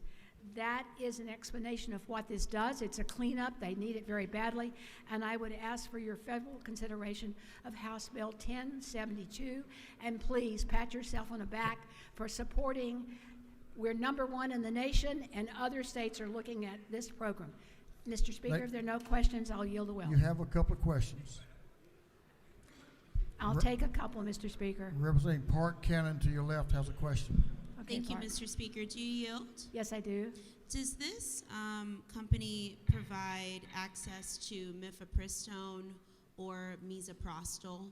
I would doubt it. I wouldn't think that those would be medications that would normally be in reclaimed medications. But I don't think so. I'll yield for one more. Representative Newton has a question to your right.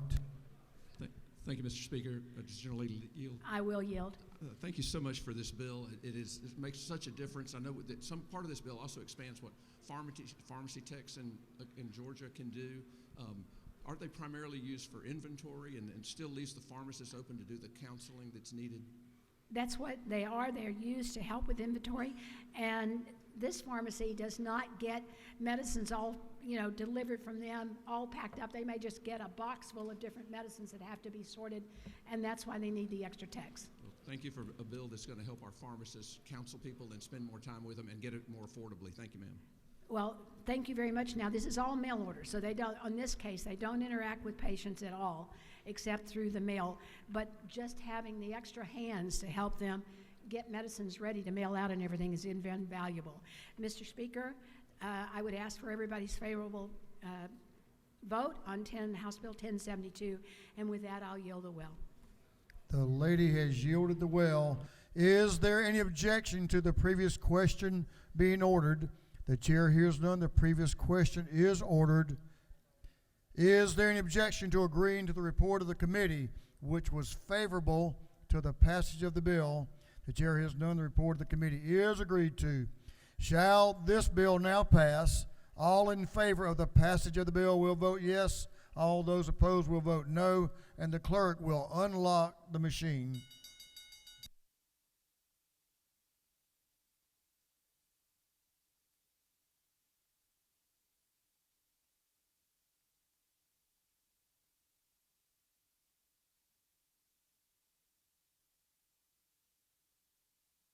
Have all members voted?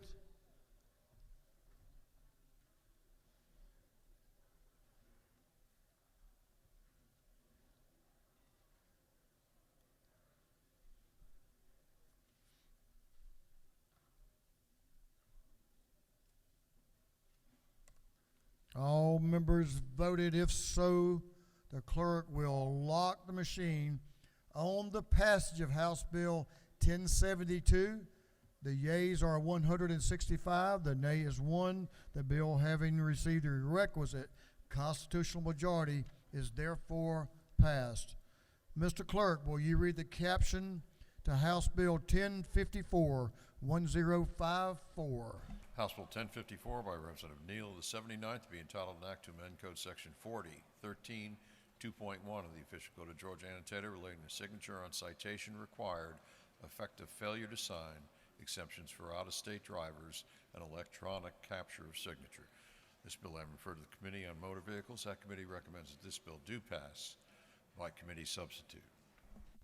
Chair recognizes the lady from down in Clayton County, Representative Yasmin Neal, to present the bill.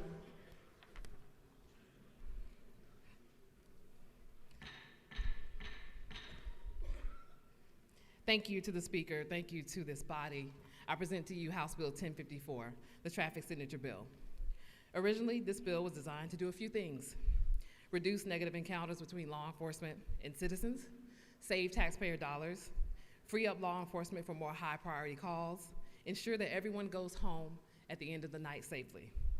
This year alone, we've already started to embrace measures like the bill that one of our chairmen presented designed to reduce fingerprintable offenses and step away from taking citizens to jail for lower level traffic offenses. This bill addresses the moment of conflict between citizens on the road and officers. Even when I was policing, there was a practice that we would use, which would be to write refuse to sign the ticket and send them on their way. Currently, the process is you get a ticket, you pay the fine, go to court, refuse to sign, you go to jail. What this bill does: get a ticket, refuse to sign, officer says no problem, writes refuses to sign on the ticket, and sends them on their way. No more arguments, no more fights, no more instances of officers risking their lives in an attempt to arrest someone for lower level traffic crimes. Everyone goes home safe at the end of the night. Now, you are not scot-free. Refusing to sign means that you are agreeing to show up to court. You cannot prepay for the ticket, and if you don't show, you will get a failure to appear by the judge, and your license will be suspended. But that is the trade-off, but a worthwhile one, instead of being taken to jail. Presently, if you get stopped in one part of the state, you can get a refuse to sign ticket if that's their policy and be on your way. On the contrary, if you get stopped in another part of the state that does not support that initiative, you can very well go to jail. This bill makes the practice uniform across the state. When it comes to saving taxpayer dollars, if I arrest you for a broken taillight versus if I take you to jail for murder, at the jail, the cost per head, per person is the same, if not more. Those that support this bill feel that it is a better practice to reserve the spots in the already overcrowded jails for the more heinous of crimes. Additionally, law enforcement heads have told me we prefer this bill. We do not want our officers on the side of the road arguing and fighting with citizens over traffic tickets if a citizen does not agree. Now, make no mistake, you can still be arrested, to clarify that. But this codifies into law a new practice that officers have that they can choose as opposed to the alternative. All this bill does is codifies into law the ability for law enforcement to write refuse assign in the instances where they encounter a citizen who does not agree with a charge, and allows officers to take a safer route if they feel it would make them safe and get home at the end of the night. Thank you to my bipartisan co-sponsors, Chairman Hitchens, Matt Reeves, Representative Vance, Representative Holcomb. Thank you to my external supporters, the Georgia Sheriff's Association, Georgia Chiefs of Police, who have provided a letter of support, Georgia Municipal Association, Association of County Commissioners, Georgia Department of Public Safety, who the state troopers have stated to me they prefer this option instead of taking people to jail. And with that, I also have the support of the Georgia Department of Driver Services, which has confirmed we will not need to change the traffic citation. This will be no additional cost. And with that, Mr. Speaker, I yield for any questions. You have a couple of questions. Representative Gladney to your left has a question. Representative Gladney. Thank you, Mr. Speaker. Does the gentlelady yield the well? I do. Is it not true that as a professional who has a healthy respect for law enforcement and for public safety, and a mother of 3 adult sons, I have a lot of respect for this legislation and appreciate what it will do for my own peace of mind to know that my sons have an alternative. Absolutely. Thank you, madam. Thank you for your support. Thank you so much for bringing this legislation. Absolutely. Representative Kennard to your left has a question. Does the lady yield? I do. Isn't it true that all of our criminal justice resources are stretched thin because we have to spend so much time and energy on low-level offenses? We would do better to redirect that toward the more heinous crimes? Absolutely. Absolutely. Thank you. Thank you, sir. Lady has one more, and then one she'll need to take. Representative Reeves to your right out in front of you. Does the gentlelady from Clayton County yield? I do, for my friend. Thank you. Is it not true that this bill de-escalates conflict between law enforcement and criminal defendants on the roadside in a way that does not compromise public safety or guilt or innocence of the defendant and is merely a clerical matter? Absolutely. Thank you so much. And that is indeed true. Thank you, sir. And thank you for your support. Lady, yield for one more. Absolutely. I think this gentleman knows a little bit about what we're talking about, as the lady does as well. So I want to recognize Chairman Bill Hitchens for a question. Will the lady yield? Absolutely. Is it not true that Georgia has reciprocity with every other state in the country? And if you don't, if you sign the ticket and you don't come back, it's a misdemeanor, but you lose your driver's license. They come back and they give it to the Department of Driver Services, and you lose your license until the case is adjudicated. Absolutely. And I know the gentleman absolutely knows of what he speaks. You did a great job explaining the bill, I can tell you that. It's Thank you, hard to Mr. legislate common sense, but you're doing that. So Thank you, Mr. you have Speaker. no further questions. If I have no further questions, I appreciate your favorable consideration of House Bill 1054. Thank you, Representative Neal. Is there any objection to the previous question being ordered? The chair hears none. The previous question is ordered. Is there any objection to adopting the committee's substitute? Chair hears none. The committee's substitute is adopted. Is there any objection to agreeing to the report of the committee, which was favorable to the passage of the bill? The chair hears none. The report of the committee is agreed to. Shall this bill now pass? All in favor of the passage of the bill will vote yes. All those opposed will vote no, and the clerk will unlock the machine.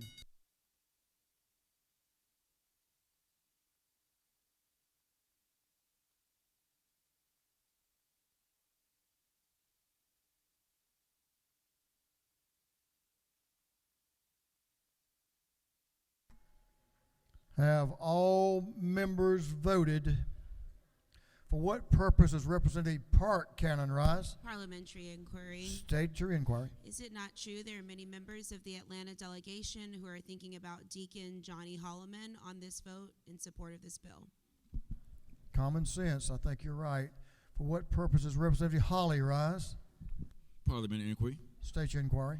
Mr. Speaker, is it not true that we are all just appreciative of the role that the sponsor of this bill has taken on, especially for individuals like Johnny Hollyman, so many who have given their lives unnecessarily, and officers who have their lives being challenged, and we just appreciate the efforts of this sponsor of this bill. Sponsor's done a really good job. Have all members voted? If so, the clerk will lock the machine.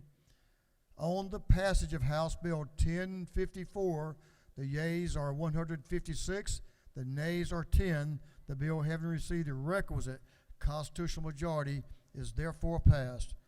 Mr. Clerk, will you read the caption to House Bill 472?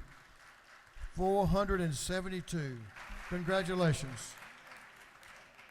House Bill 472 by Representative Crowe, the 118th and others to be entitled an act to amend Chapter 2 of Title 47 of the Official Code of Georgia annotated relating to the Employees Retirement System of Georgia so as to allow sworn law enforcement officers serving in the Commissioner and the Deputy Commissioner of the Motor Carrier Compliance Division and the Capitol Police Division of the Department of Public Safety to be eligible for regular retirement benefits.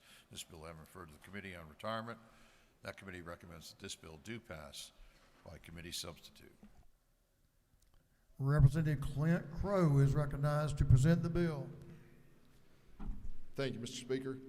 Colleagues, House Bill 472, currently in its form, what it does is it takes the Motor Carrier Compliance Division and Capitol Police Division of the Department of Public Safety and brings parity with respect to line of duty disability benefits with the other division of the Department of Public Safety, that being the Uniform Patrol Division or Georgia State Patrol, also DNR and GBI, all have the same line of duty disability benefits, and those benefits would be given to the Motor Carrier Compliance Division and Capitol Police Division as well. This bill originally would reduce their retirement age to 55 to match those others, but that's no longer part of this bill. So now all it does is bring parity to the line of duty disability benefits for the MCCD and Capitol Police Division. And with that, Mr. Speaker, I will be happy to answer any questions. Gentleman has no questions. All right, I'll yield the will. Thank you. Gentleman has yielded the will. Is there any objection to the previous question being ordered? Chair hears none. The previous question is ordered. Is there any objection to adopting the committee substitute? The chair hears none. The committee substitute is adopted. Is there any objection to agreeing to the report of the committee, which was favorable to the passage of the bill? The chair hears none. The report of the committee is agreed to. Shall this bill now pass? All in favor of passage of the bill will vote yes. All those opposed will vote no, and the clerk will unlock the machine.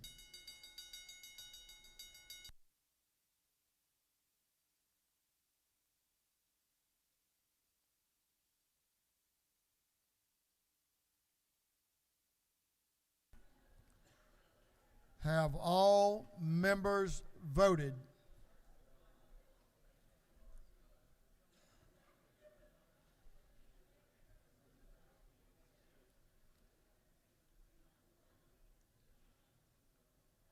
Have all members voted? If so, the clerk will lock the machine. On the passage of House Bill 472, the yeas are 168. The nays are 0. This bill, having received the requisite constitutional majority, is therefore passed. Mr. Clerk, will you read the caption to House Bill 907? 907. House Bill 907 by Representative Franklin of the 160th and others to be entitled an act to amend Article 4, Chapter 6 of Title 40 of the Official Code of Georgia annotated relating to right-of-way for operators of motor vehicles so as to revise responsibilities of motor vehicle operators when encountering a funeral procession on a two-lane highway. This bill having referred to the Committee on Motor Vehicles, that committee recommends that this bill do pass by committee substitute. The gentleman from down there in Statesboro that represents Bullock County and Bryan County is recognized to present the bill. Representative Franklin. Thank you, Mr. Speaker. This bill that I'm going to present to you is, I was really shocked to find out that it was not already a law. But it's a motor vehicle bill in regards to funeral processions on a two-way road, oncoming traffic. That traffic just needs to pull over on the side of the road until the procession is passed. And that's the extent of the bill. Mr. Speaker, I'll answer any questions. You have one question. You have no questions. I ask your favorable consideration. Thank you. I yield the will. You did a great job. The gentleman has yielded the will. Is there any objection to the previous question being ordered?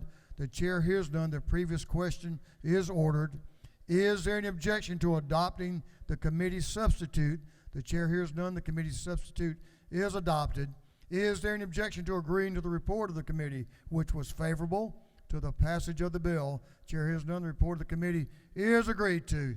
Shall this bill now pass? All in favor of the passage of the bill will vote yes. All those opposed will vote no, and the clerk will unlock the machine.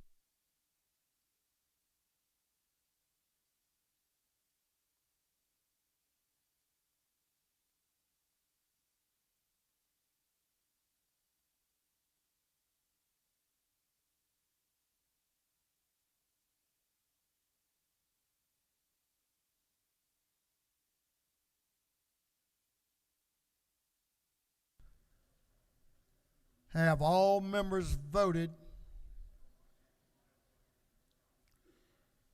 For what purposes represent these? Did you turn your light off? For what purposes Representative Stinson rise? Parliamentary procedure, Mr. Speaker. How about an inquiry? Inquiry. We'll take that. Parliamentary inquiry, you're recognized for one of those. I'm sorry. Inquiry. Is it not true, Mr. Speaker, that I support this legislation because it is so very important that as we are, all of us that are in the funeral industry are taking families from services to cemeteries, that it's important for everyone to slow down and respect the families that are in sorrow at that time. Is that not true, Mr. Speaker? The lady knows of what she speaks. Thank you. Safe and respectful. I think that's it. All members voted. If so, the clerk will lock the machine on the passage of the bill. The yeas are 100 on the passage of House Bill 907. The yeas are 169. The nays are 1. This bill, having received the requisite constitutional majority, is therefore passed. Mr. Clerk, will you read the caption to House Bill 1235, 1235. House Bill 1235 by Representative Meeks, the 178th, and others to be entitled an act to amend Title 40 of the official code of Georgia Annotated related to motor vehicles and traffic so as to provide for vehicle registration of special mobile equipment that is self-propelled cranes in order to authorize operation of such upon public highways. This bill having referred to the Committee on Motor Vehicles, that committee recommends that this bill do pass by committee substitute.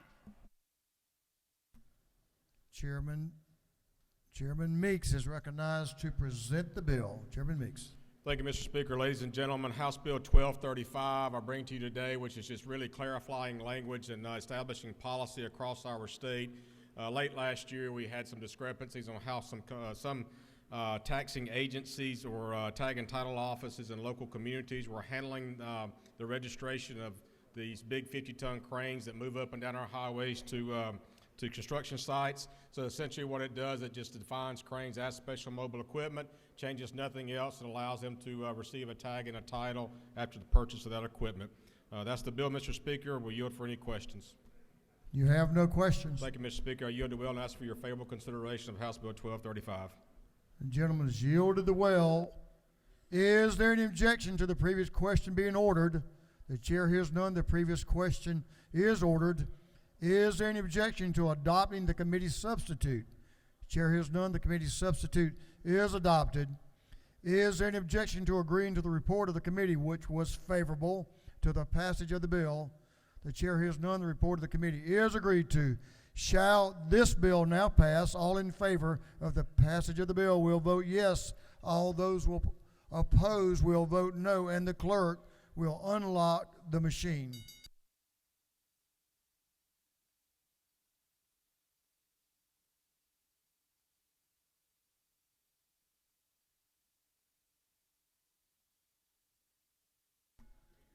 Have all members voted?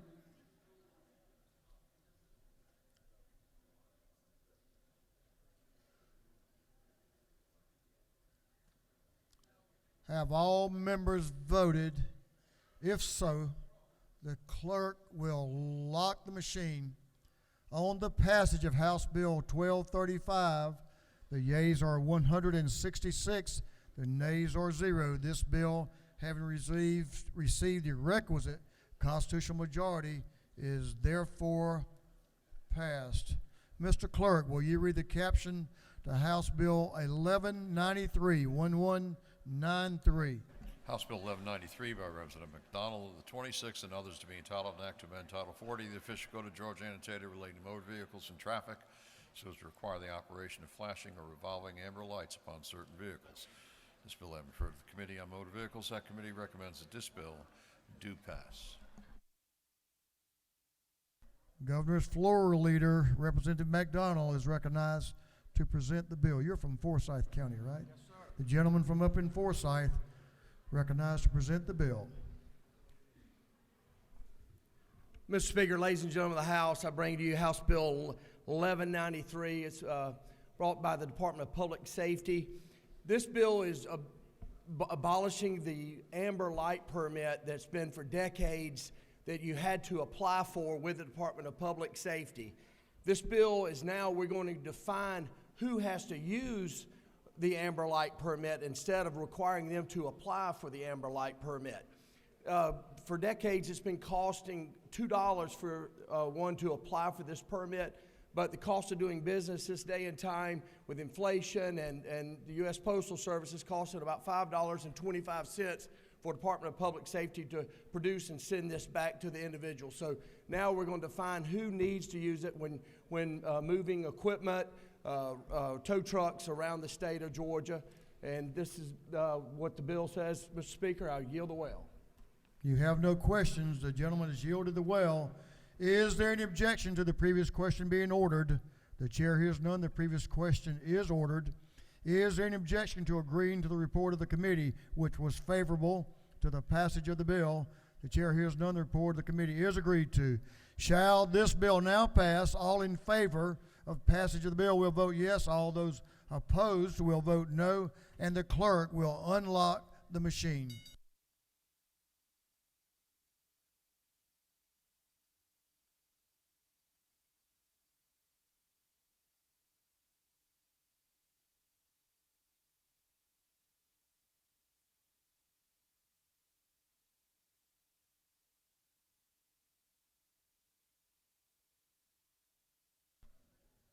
Have all members voted? All members voted. If so, the clerk will lock the machine. On the passage of House Bill 1193, the yeas are 161, the nay is 1. This bill, having received the requisite constitutional majority, is therefore passed. Mr. Clerk, will you read the caption to House Bill 1001, 1001?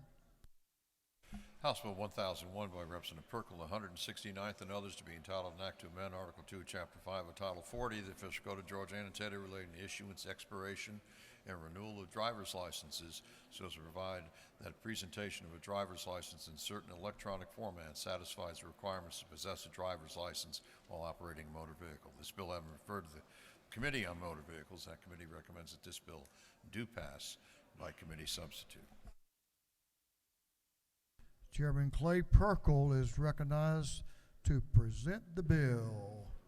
Thank you, Mr. Speaker. So I bring for you consideration HB 1001. Sometimes it helps to know where these bills come from. So several weeks ago, I went home to check on my wife and farm after storms came through South Georgia. I got up early the next morning to come back up here to work. And about halfway here, I realized that I'd left my billfold and my work breeches. I had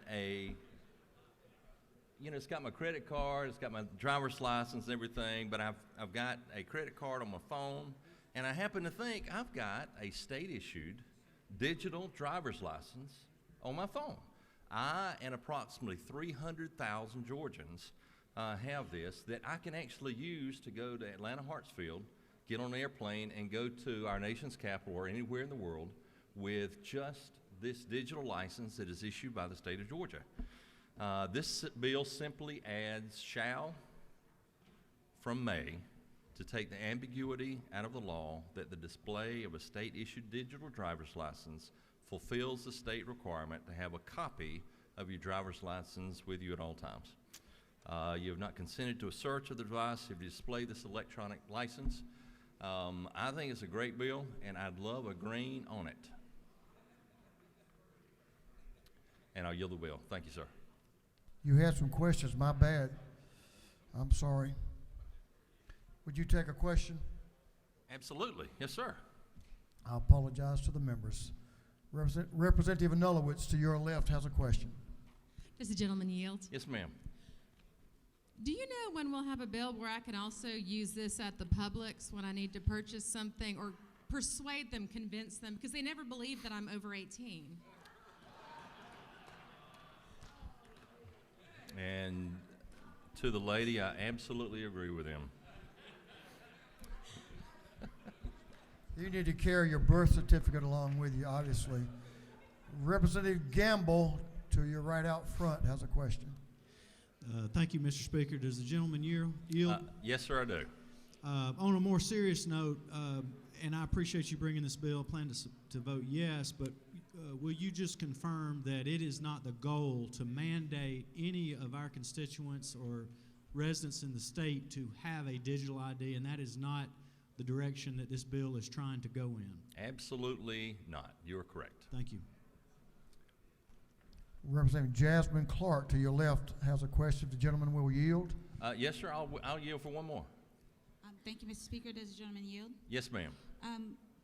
Does this bill also allow for you to use a driver's license that you've taken a picture of? No, ma'am. Or it has to specifically be the app? No, ma'am. It's got to be officially from the Department of Driver Service. So I have in the past, it's not the first time I've left my billfold in my other breeches. And so I have in the past, I have taken a copy of it, but that is not official. You need to go online to get the official copy in order to comply with this section. So, Mr. Speaker, I thank the members, and I thank you. You had one more question. Representative Douglas has a question if the chairman would yield. Absolutely, yes, Gentleman's sir. recognized. Thank you, Mr. Speaker. Does the gentleman yield? Yes, sir. For us up here in the city, for clarity, I understood that you said britches. Can you clear it up for us up here in the city what britches mean? So the gentleman from the coast probably will come and speak to the bill. He knows exactly what britches are. Thank you, Mr. Speaker. I yield the will. I was just impressed you had more than one pair. That's all I cared about. Well, that was the good stuff, too. The gentleman has yielded the well. Is there any objection to the previous question being ordered? The chair hears none. The previous question is ordered. Is there an objection to adopting the committee's substitute? The chair hears none. The committee's substitute is adopted. Is there any objection to agreeing to the report of the committee, which was favorable to the passage of the bill? The chair hears none. The report of the committee is agreed to. Shall this bill now pass? All in favor of the passage of the bill will vote yes. All those opposed will vote no, and the clerk will unlock the machine.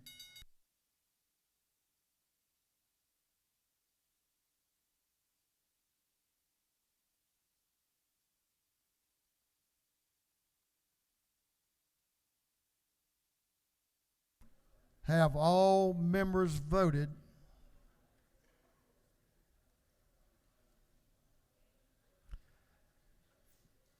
For what purpose is Representative Jason Ridley rise? Parliamentary inquiry. State your inquiry.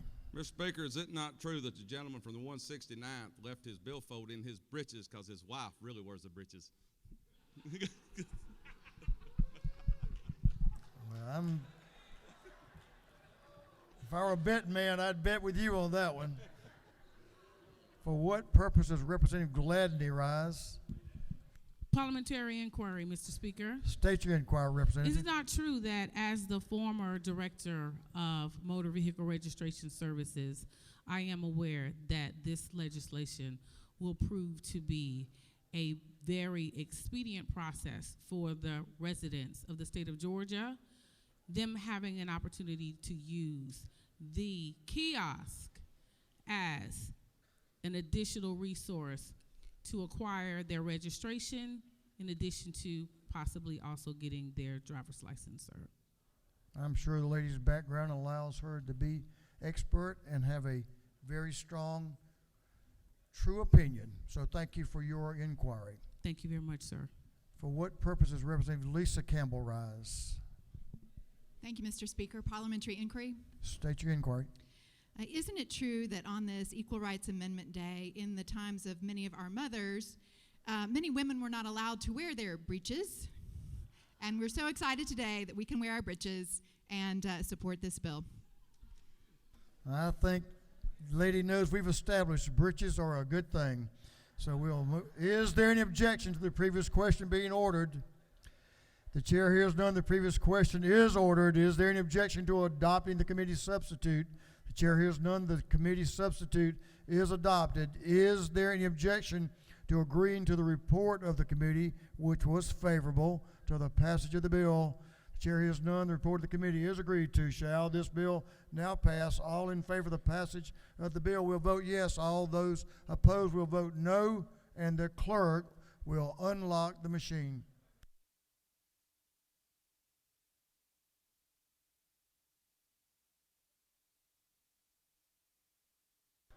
I got hung up on that britches stuff. We've already voted on that. I'm glad to educate all you city people about britches. With that, on the passage of House Bill, clerk needs to lock the machine. What time is it? It's dinner time. That's what time it is. It's not lunchtime. On the passage of House Bill 1001, the yeas are 168, the nays are 1. The bill having received the requisite constitutional majority is therefore passed. Boy, I said that pretty quick when I didn't need to say it, didn't I? Mr. Clerk, will you read the caption to House Bill 1150? House Bill 1150 by Representative Collins, the 71st, to be entitled an act to amend Code Section 4873.1 of the Official Code of Georgia Annotated relating to tinting of windows or windshields of motor vehicles so as to provide that fingerprints shall not be obtained for offenses relating to operator of a motor vehicle when authorized levels of window or windshield tint. This bill having referred to the Committee on Motor Vehicles, that committee recommends that this bill do pass.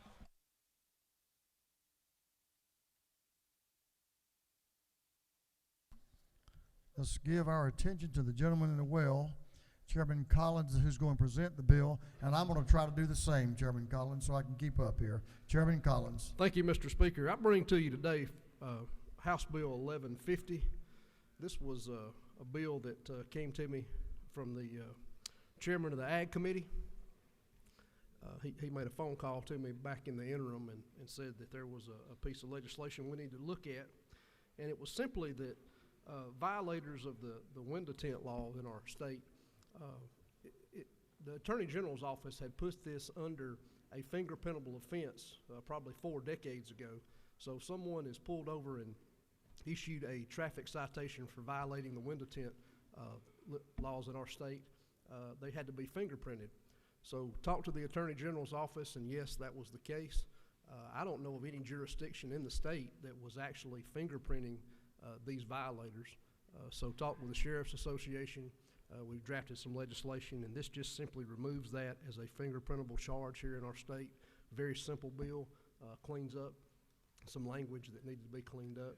AG's office, really didn't have an opinion on it. They didn't want to remove it from the fingerprintable offense list without legislation. So, ladies and gentlemen, here it is for your favorable consideration. I'll stand for any questions that.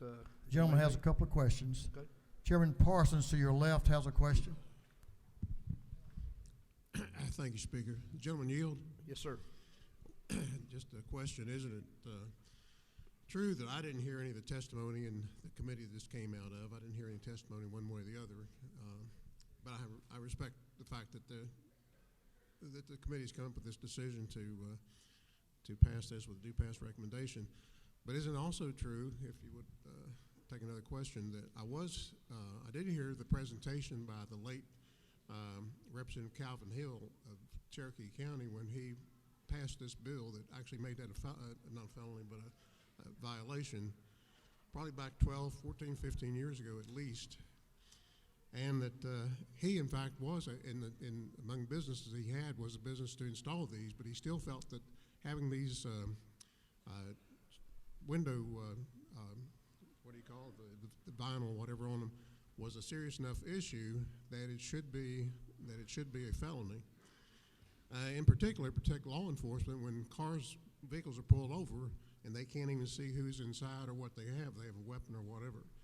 So I would just ask, my question, I guess, isn't it strange, is it true that I find it strange that somebody who is trying to hide their identity to begin with, we would now allow them to hide their identity further by not even fingerprinting them if they're actually guilty of this offense? Well, thank you for the question. We're not changing the fact that it's still a misdemeanor. It's always been a misdemeanor. There's no felony charge there. The gentleman yield for another question. If you yield for Certainly, another, go ahead. I guess I'm still not clear though why that if somebody's trying to avoid being identified and even to see what's in their car, I still don't see a good. If you could explain to me a good reason though why we should not fingerprint them. I guess I'm just missing that. What the connection is? Why they should not be fingerprinted? If you could. Well, and that's my final question. I can only speak for my opinion to my friend. It is a misdemeanor charge. It's not a felony charge. And to be quite honest with you, in my opinion, and this is my opinion alone, these charges are not being done correctly if you're not fingerprinting people. And I don't know any jurisdiction in the state that's going to take in someone for a misdemeanor violation to fingerprint them. So that's why this legislation is before you here today. Gentleman yield for another question to your right. Chairman Dickey. Yes, sir. Thank you, Mr. Speaker. Gentleman yield. To my friend, yes. Thank you for bringing this bill, and thank you for that explanation you just gave Chairman Parsons.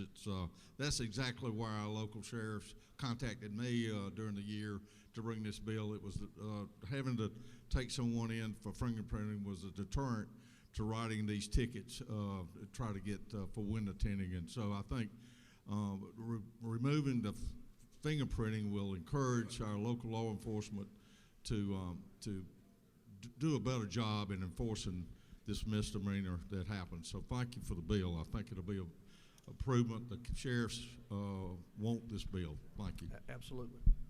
Gentleman has no further questions. Ladies and gentlemen, I would yield the will and ask your favorable consideration to House Bill 1150. Has nothing to do with britches. Is there any objection to the previous question being ordered? The chair hears none. The previous question is ordered. Is there any objection to agreeing to the report of the committee, which was favorable to the passage of the bill? The chair hears none. The report of the committee is agreed to. Shall this bill now pass? All in favor of the passage of the bill will vote yes. All those opposed will vote no. And the clerk will unlock the machine.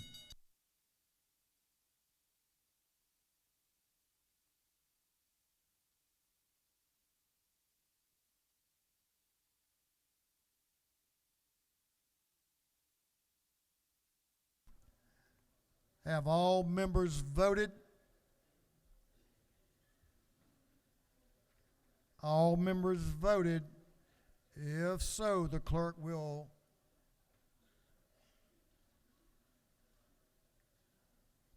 lock the machine. On the passage of House Bill 1150, the yeas are 168, the nays are 0. This bill, having received the requisite constitutional majority, is therefore passed. Members, if I can have your attention for 1 second, I want to introduce you to a visitor to this Capitol and to our state. This President Pro Tem of the Nevada Senate, Senator Pat Spearman, is here. Her district includes the site of the Super Bowl. And she makes about as much as we do, so she couldn't afford that thousands of dollars worth of. So we're welcome to Atlanta, welcome to Georgia. We're glad to have you, and we appreciate your service as well.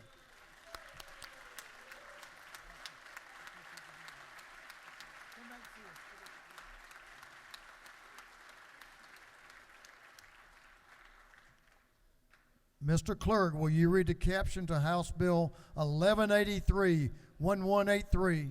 House Bill 1183 by Representative Dempsey of the 13th and others to be entitled an act to amend Part 3 of Article 16 and Chapter 2, Title 20 of the Official Code of Georgia annotated relating to student health in elementary and secondary education, so as to require local school systems to provide certain information to parents and guardians of students in grades 6 through 12 on Type 1 and Type 2 diabetes. This bill having referred to the Committee on Public Health, that committee recommends that this bill do pass. Chair Lady Dempsey is recognized to present the bill. Thank you, Mr. Speaker.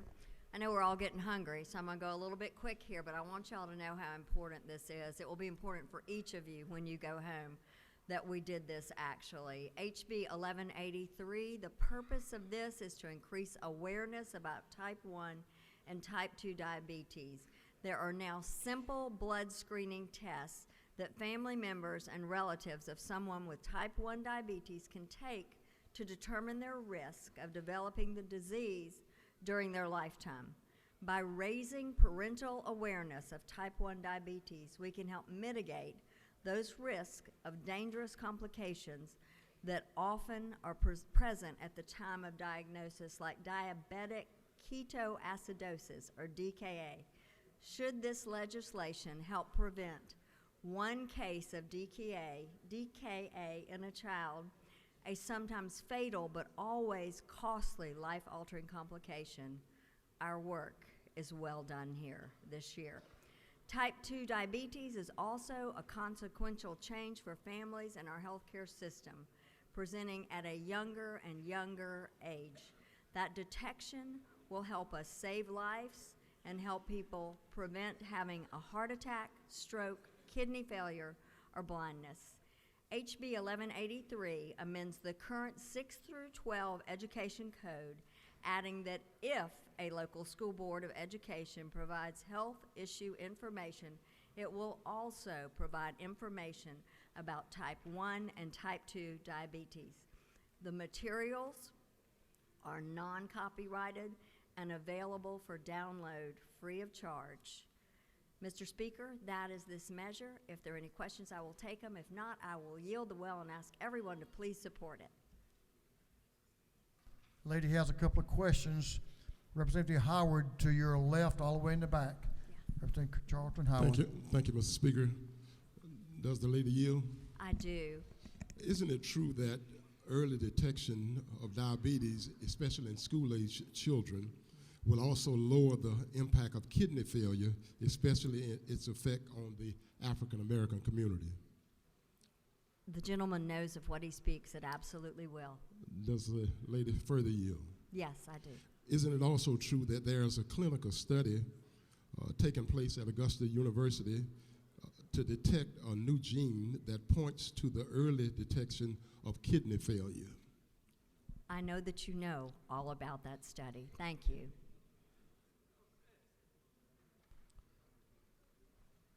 Representative Barnes has a question. If the lady will yield. Yes.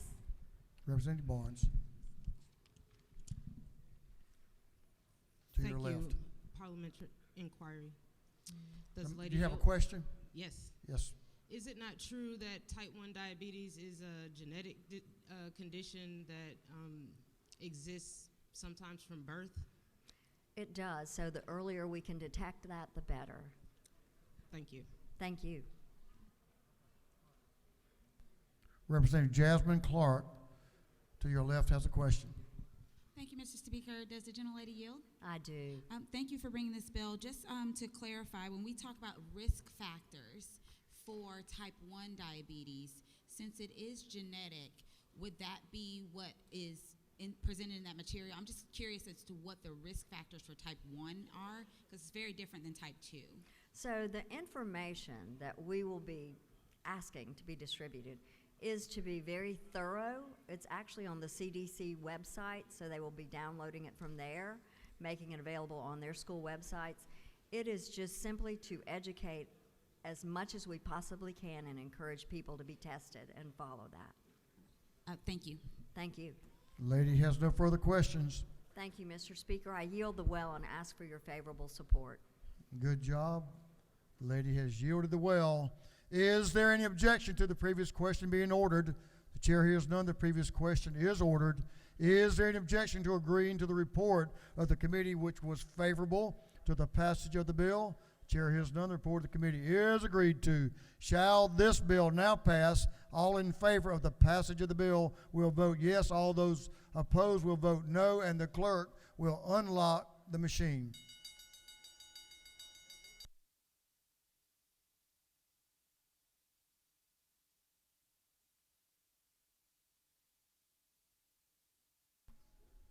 Have all members voted?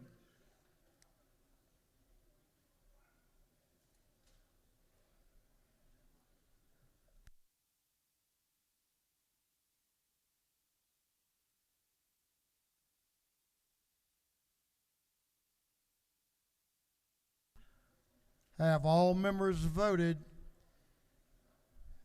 If so, the clerk will lock the machine on the passage of House Bill 1183. The yeas are 167, the nay is 1. This bill, having received the requisite constitutional majority, is therefore passed. Mr. Clerk, will you read the caption of House Bill 1069, 1069? House Bill 1069 by Representative Cannon of the 172nd and others to be entitled Act to amend Code Section 48.5, 7.5 of the Official Code of Georgia annotated relating to the assessment of standing timber penalty for failure to timely report and effective reduction of property tax digest and supplemental assessment. This bill then referred to the Committee on Ways and Means. That committee recommends that this bill do pass. The gentleman from down in South Georgia, Moultrie, Georgia, Representative Chaz Cannon, is recognized to present the bill. Thank you, Mr. Speaker. I won't be as long as I was yesterday, and I won't mention the word britches. I actually just did, but I bring you House Bill 1069 LC 500692. This is a department-requested bill that allows the Georgia Forestry Commission to have access to PT-283T form upon request. This form is officially titled Report of Timber Sale or Harvest, and it's the state form provided to county tax assessors after the completion of a timber harvest. One of the roles of the Forestry Commission is to investigate timber theft, and the Commission uses this form, the PT-283T form, to ensure that the timber harvest data that's reported to a local tax assessor's office to include the revenue and compensation for the timber matches up with the information provided to the landowner. This is a basic checks and balance policy. Normally, the PT-283T form is only disclosed to local tax officials, so the Forestry Commission has to retrieve this data through a subpoena or a court order. However, local tax assessors have indicated that an official request by the Forestry Commission would certainly streamline the process and make it more efficient. So again, department requested bill streamlines the timber investigation process and passed unanimously out of Ways and Means. And with that, Mr. Speaker, I will yield for questions. You have a question to your right. Representative McDonald knows a lot about timber. He wants to ask a question. Does the gentleman yield? No. I yield. With this bill, will there be a report that will be issued on how many trees that this killed to add 5 words into this bill? No. Well, I was going to ask you to yield the well, but we will. This gentleman does know something about this subject. Chairman Corbett, to your right, has a question. If the gentleman will yield. I will yield, Mr. Speaker. Thank you, Mr. Speaker. Does the Gentleman gentleman yield? Yes, sir. Is it not true that trees are one of the best renewable resources that the state of Georgia has? So if we use a few trees here, we're replacing more than we cut down every day. The gentleman knows of what he speaks. I'm not sure about those 2 questions, but the gentleman has no more questions. Mr. Speaker, I yield the well. Good move. They certainly planted a seed in your mind, and you yielded the well. Is there an objection to the previous question being ordered? The chair hears none. The previous question is ordered. Is there an objection to agreeing to the report of the committee, which was favorable to the passage of the bill? The chair hears none. The report of the committee is agreed to. Shall this bill now pass? All in favor of the passage of the bill will vote yes. All those opposed will vote no, and the clerk will unlock the machine.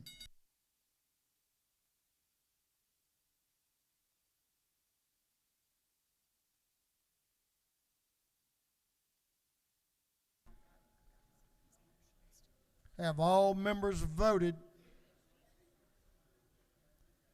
All members voted? If so, the clerk will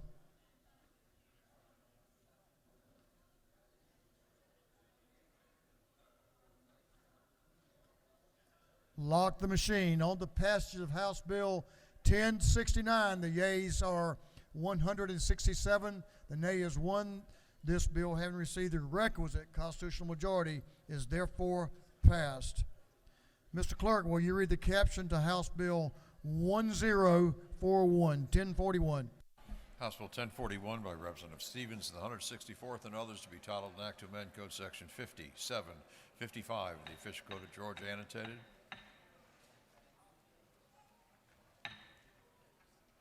Proceed, Mr. Clerk. To be entitled an act to amend Code Section 50-7-55 of the Official Code of Georgia, annotated, relating to creation of the Savannah, Georgia Convention Center Authority.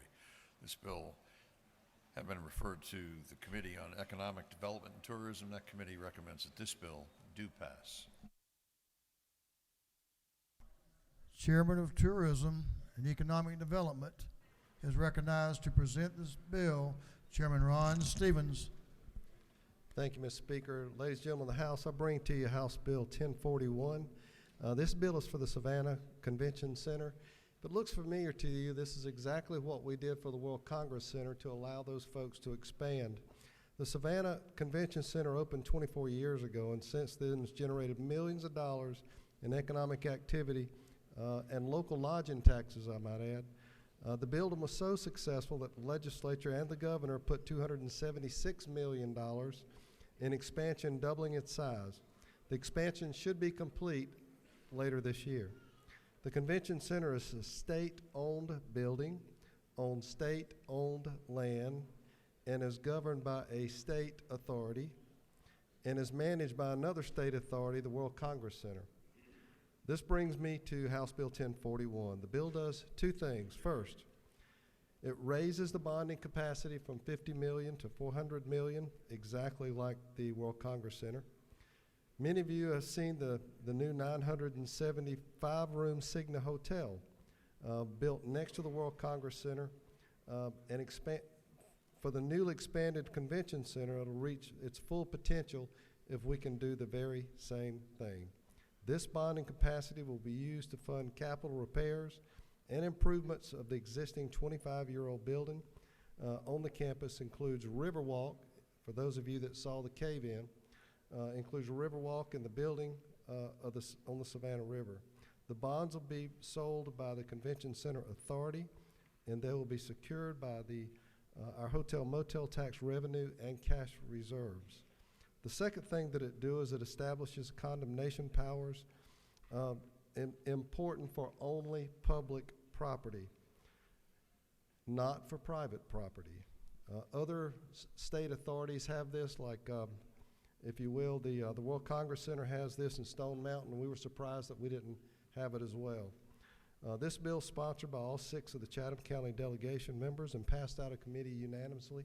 And Mr. Speaker, I'll ask for unanimous consent that you guys vote for the same bill that we have passed for the World Congress Center so that we can move this forward and get us a hotel on the island. I'll answer any questions. The gentleman has a couple of questions. Sure. Representative Al Williams, I think you know where he sits, is recognized for a question. Thank you, Mr. Speaker. Will the gentleman yield? To my dean, yes, sir. Is it not true, in spite of it not being in Midway, it will be of great economic advantage to the entire region, particularly because of a little plant just west of you? Is that not so? The gentleman knows of what he speaks, and it is, the gentleman knows of what he speaks.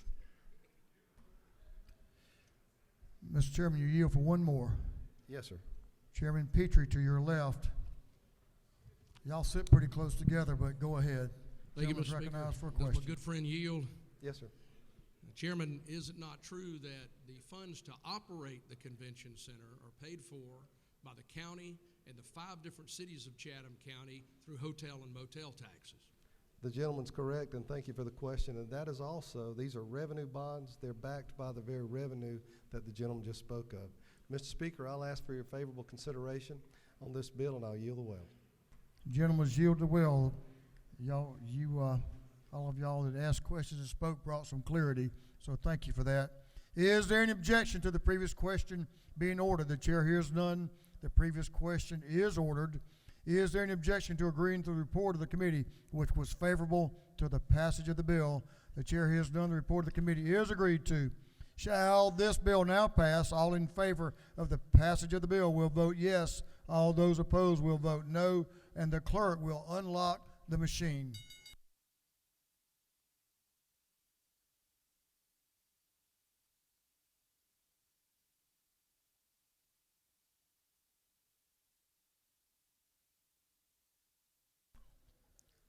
Have all members voted? All members voted. If so, the clerk will lock the machine on the passage of House Bill 1041. The yeas are 161, the nay is 1. The bill, having received the requisite constitutional majority, is therefore passed. Mr. Clerk, will you read the caption to House Bill 994? 994. House Bill 994 by Representative Powell of the 33rd and others to be entitled an act to amend Title 51 and 52 of the official code of Georgia annotated relating to torts and waters of the state ports and watercraft respectively, so as to revise liability for the negligent operation of a vessel.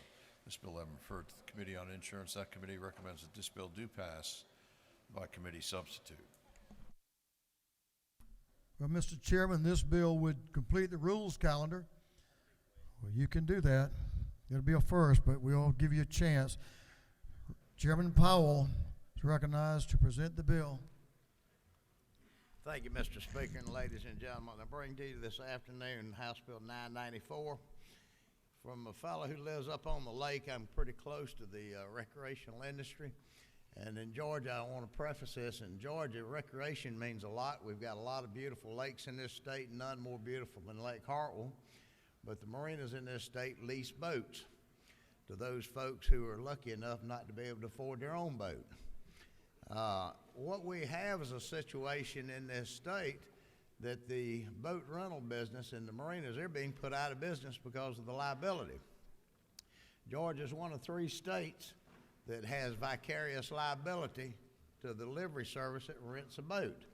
Now you would think that those people, the operators that lease the boat, would be liable for their own errors if there's a tort or something that happens. But no, the owner of the boat is the one that bears full responsibility. This is about put these folks out of business. As I'd said, we're one of 3 states that has this, and we're making a change. And I thought this was going to be an easy bill. I said, you know, when I was brought this, I said, well, what we'll do is we'll just treat it like car rentals at the airport. You know, well, that was a mistake because came to find out that no insurance company offers spot insurance in the state of Georgia. Kind of an interesting process. So what we've done, we've eliminated vicarious liability. We've required that the marinas will have a $250,000 for an individual and $500,000 cumulative total on incidences. They'll be responsible for any liability that's caused by their emissions. Say a faulty boat, whether they don't know or didn't know. They've got to check out the operator to be sure they don't rent it to a bunch of college boys showing up at the lake with a pickup truck full of beer. They got to be sure that these people, that if they qualify, they need to have that boater safety course. If Al Williams shows up, they know that's a no-no right off the bat. So, you know, it's basically a common sense bill, and they have to clearly post to the people who lease a boat that you're responsible for your own liability. That, Mr. Speaker, is what this does, and I think that's about the quickest that I can be, and I'll be glad to answer questions, but The gentleman has a question. Representative Jasmine Clark to your left has a question. Thank you, Mr. Speaker. Does the gentleman yield? Yes, ma'am. So does anything in this bill require the boat operator, so the person renting or leasing the boat, to have some type of insurance like what you would with when you rent a car? I don't think they can get insurance.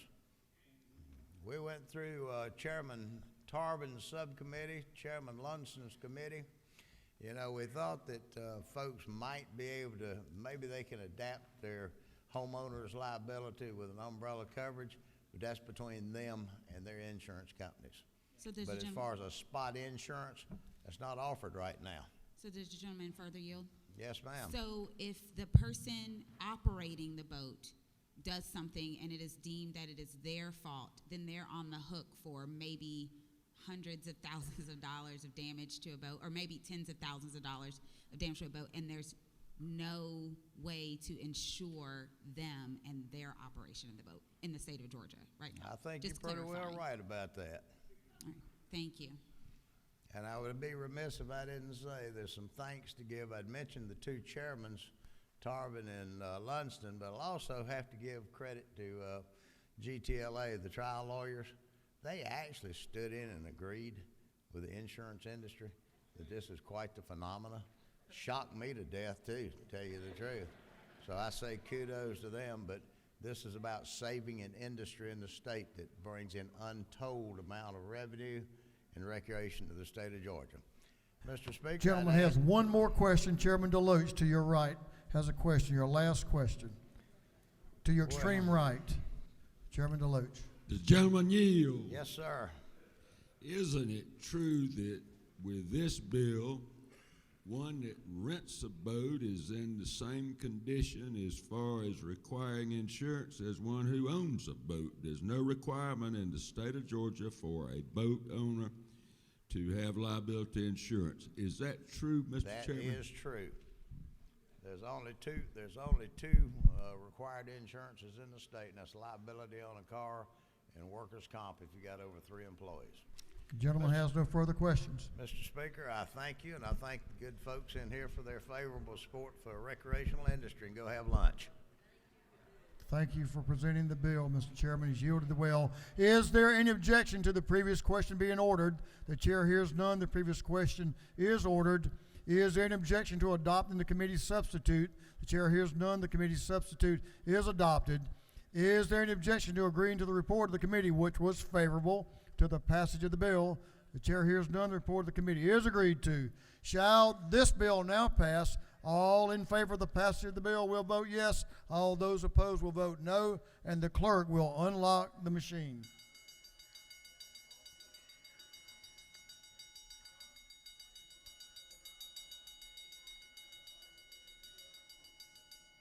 Have all members voted? All members voted. If so, the clerk will lock the machine on the passage of House Bill 994. The yeas are 163. The nay is 1. This bill, having received the requisite constitutional majority, is therefore passed.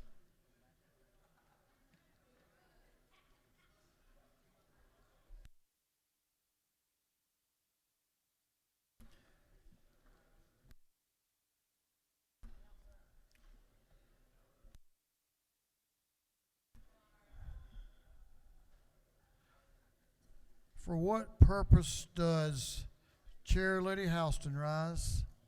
Isn't it not true that the boat industry is the biggest industry in my district? And isn't it not true I tried to vote and my thing didn't vote? And that's Well, the biggest we thought you retired yesterday. Oh, you're still voting. yeah, Excuse me, okay. I'm sorry. Thank you. We'll see what we can do about that. I know you are a huge proponent of the boating industry, and you have one of the best boat manufacturers in this country in your district.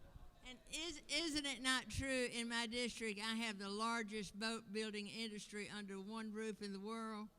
If the lady so speaks and states, I know it's true. It's big. I know that. I've been there.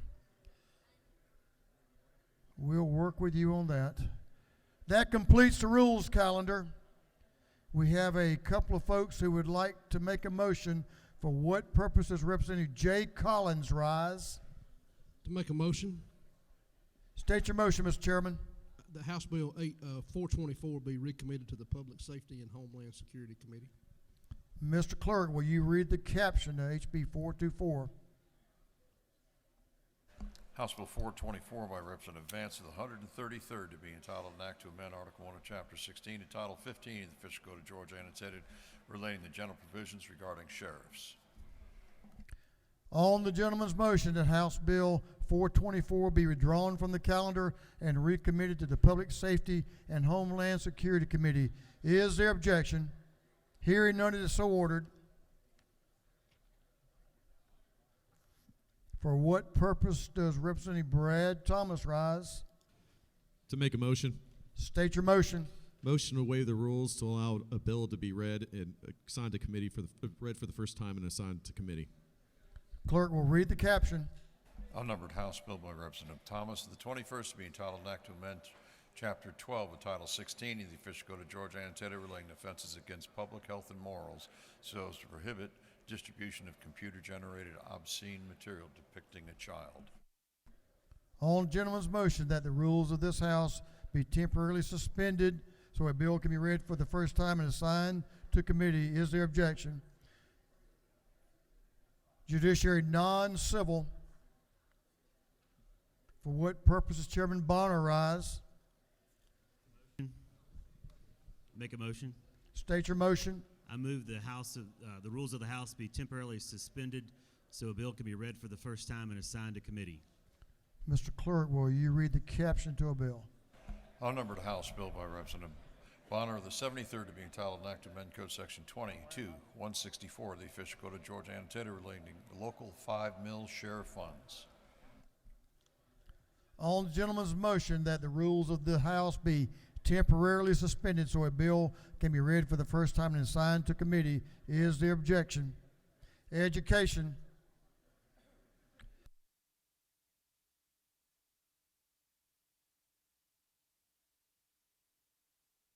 For what purposes Chair Lady Mathiak rise? To make a motion, sir. State your motion. To suspend the House rules to hear a bill for the first time and allow it to be assigned to a committee. Mr. Clerk, will you read the caption? Unnumbered House Bill by Representative Mathiak, the 74th, and others to be entitled an act to amend Part 1 of Article 1 of Chapter 18 and Title 45 of the Official Code of Georgia annotated relating to state employees' health insurance plan. On the lady's motion that the rules of the House be temporarily suspended so a bill can be read for the first time and assigned to committee, is there objection? Health.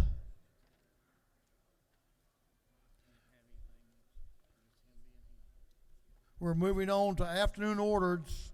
I'm going to ask, we're going to begin the first afternoon order with a video that Representative Williams, if you'll come up, and Chairman Jackson requested to be shown. We had a little technical difficulty a couple of days ago. I'm going to ask all of you if you will hold your afternoon orders to as close to 1 minute as humanly possible, and I know it's possible. So at this time, we'll recognize Representative Williams. I don't see Chairman Jackson. Representative Al Williams.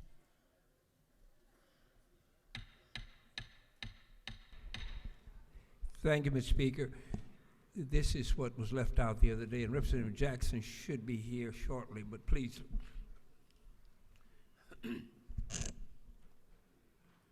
Martin Luther King has impacted my life today tremendously. Not just my life, not just the black community, but all communities. The time is always right to do what's right. The time is always right to do what's right.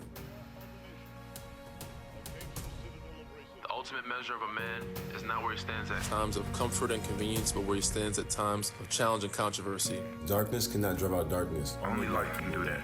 Hate cannot drive out hate. Only love can do that. Our lives begin to end the day we become silent about things that matter. In Injustice anywhere is a threat to justice everywhere. The impact today, it's an internal flame that he drives through each person and how we live our lives every day. Faith is taking the first step, even when you don't see the whole staircase. He's always within us. So if you look at me and you say Kenny Smith, I say, no, I'm Dr. Martin Luther King. Share a dream. Share a dream. Share a dream. Go ahead, Mike.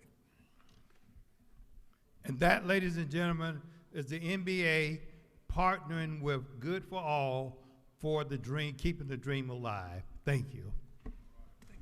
Thank you, gentlemen. And thanks to our technical staff and messenger and the messenger for making sure we got that important video in. Representative Okoye is recognized for an afternoon order.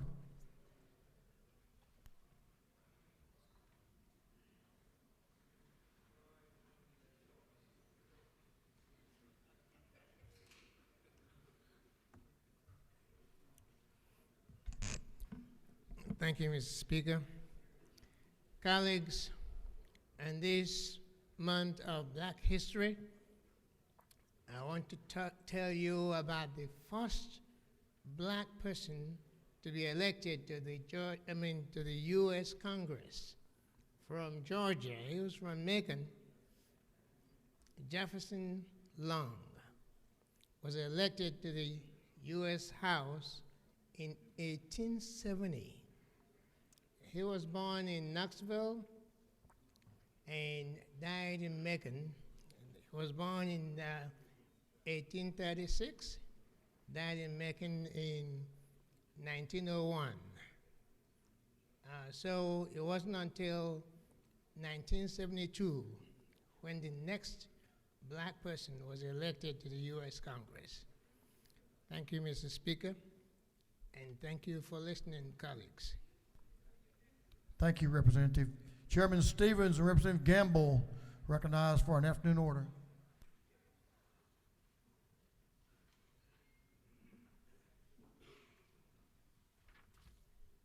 Thank you, Mr. Speaker. We've got another casualty today as we begin this wave of pharmacy closings around your neighborhoods as a result of the PBM and the state merit benefit that's our own insurance. But I thought I'd just step aside and let Representative Gamble talk about a very, very old pharmacy in his district, over 100 years old. Was the first pharmacy back in the 1800s that had the Coca-Cola sign painted on the side of it. That's on this pharmacy that will be closing its doors forever. Thank you, Chairman Stevens. So Young Brothers Pharmacy in Cartersville, Georgia is an institution of businesses in downtown, right there by the railroad tracks. For those of you who have been to Cartersville, you've seen it, you've driven right by it. It's mentioned it does have the state's oldest outdoor advertising for Coca-Cola. And sadly, that pharmacy is another casualty to this issue. And we wanted to share this morning about what's going on so that you would be aware. Thank you, gentlemen. Representative Dewey McLean, members, give the gentleman in the well your attention. I'm going to ask you to stand. Thank you, Mr. Speaker. You know, House members and colleagues, last Wednesday was a real sad day for the Falcon family and the UCLA Bruin family, as well as most of us that knew our former teammate, Fulton Kuykendall. Fulton passed on last Wednesday. He was really a real throwback player if you could look at the picture. I mean, you don't see people that dress that way very much. And, you know, but he had names like when I came from UCLA, they called him Captain Crazy, which, you know, he played that way. Captain Cuckoo, and which is the name I gave him. And the one that I thought was really bad was the Kamikaze Kid, because he played hard, really hard, which all said a lot about Fulton as a player and as a friend. And so at this moment, I would ask the House to keep his wife, Sherry, of 44 years, as well as his son, Trent, in prayer. And we can just have a moment of silence. I appreciate that very much. Thank you, Mr. Speaker. Thank you. Quite a football player. Members, if you remain standing, I'm going to recognize Representative Stinson, Representative Huddleston, Representative Vance Smith, Representative Buckner for another remembrance.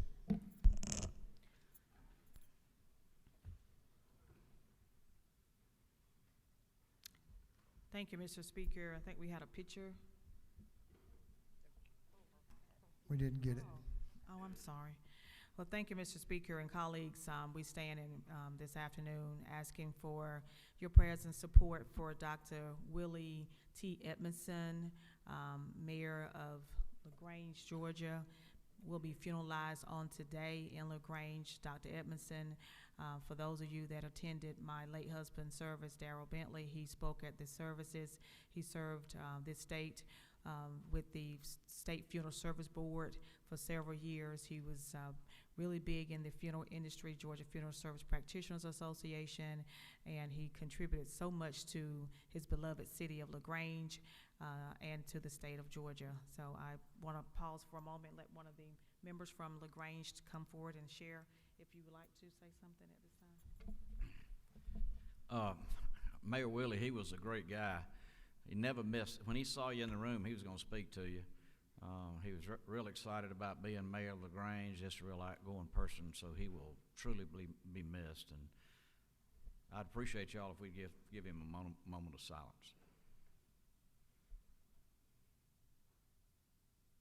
Thank you, Mr. Speaker. I hope we'll all remember the families of both of those gentlemen we just honored. Representative Hughley, you recognized for an afternoon order.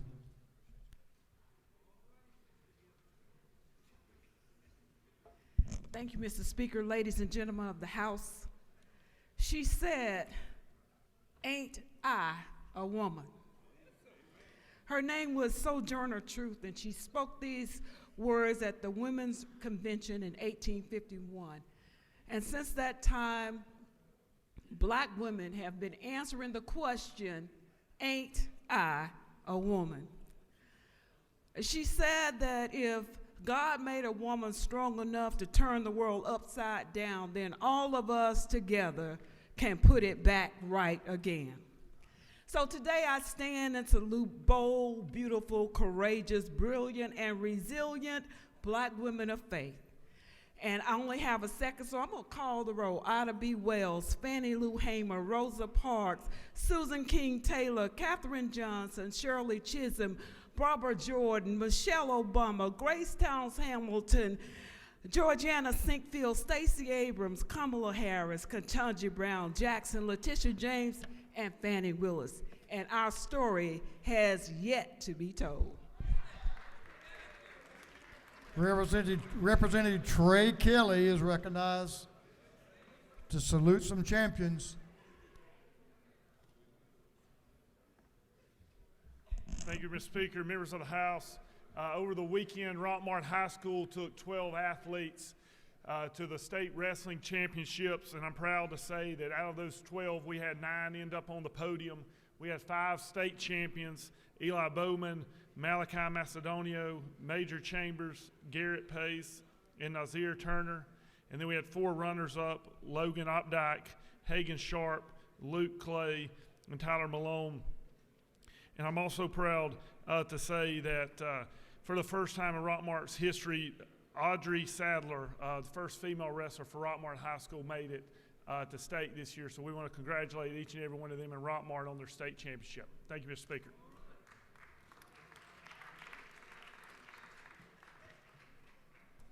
Representative Martinez and friends, recognized for a morning order. Excuse me, an afternoon order. Thank you, Mr. Speaker. I stand here today because most of you, if not all of you, are going to go visit this afternoon. Today is Restaurant Day at the Capitol. So I know most of you, if not all of you, are going to go visit one of those today. You know, there's over 23,000 restaurants, food and drink establishments in the great state of Georgia, and they generate $30.1 billion with the B dollars to our great state. The Georgia Restaurant Association is a dedicated advocacy group, and they provide a voice and education and awareness to our folks. So please welcome Casey Carpenter, also great restaurant owner in the great city of Dalton, and welcome every restaurant owner in the whole state of Georgia. If you want to say a few words, Casey? Just come on down. I believe we're doing the Taste of Georgia, so come on down. Let's have a great evening. Thank you so much, Mr. Speaker. I yield the well. Gentlemen, have you the well? That is a great event, so let's join them. Representative from down in Valdosta, Representative Sharper, is recognized for an afternoon order. All right, thank you, Speaker. I'm going to be brief. Some of the members of the Heritage Dinner can join me if they like. But we'll be having the 42nd Annual Heritage Dinner, Georgia Legislative Black Caucus, on tomorrow evening, Thursday, February 22nd. You can get there early to really support some of the vendors at 5, reception at 6, and the dinner will start promptly at 7 o'clock. It's going to be at the Georgia International Convention Center. We would like to see all of you guys here. We're going to have Otis Williams from the Temptations.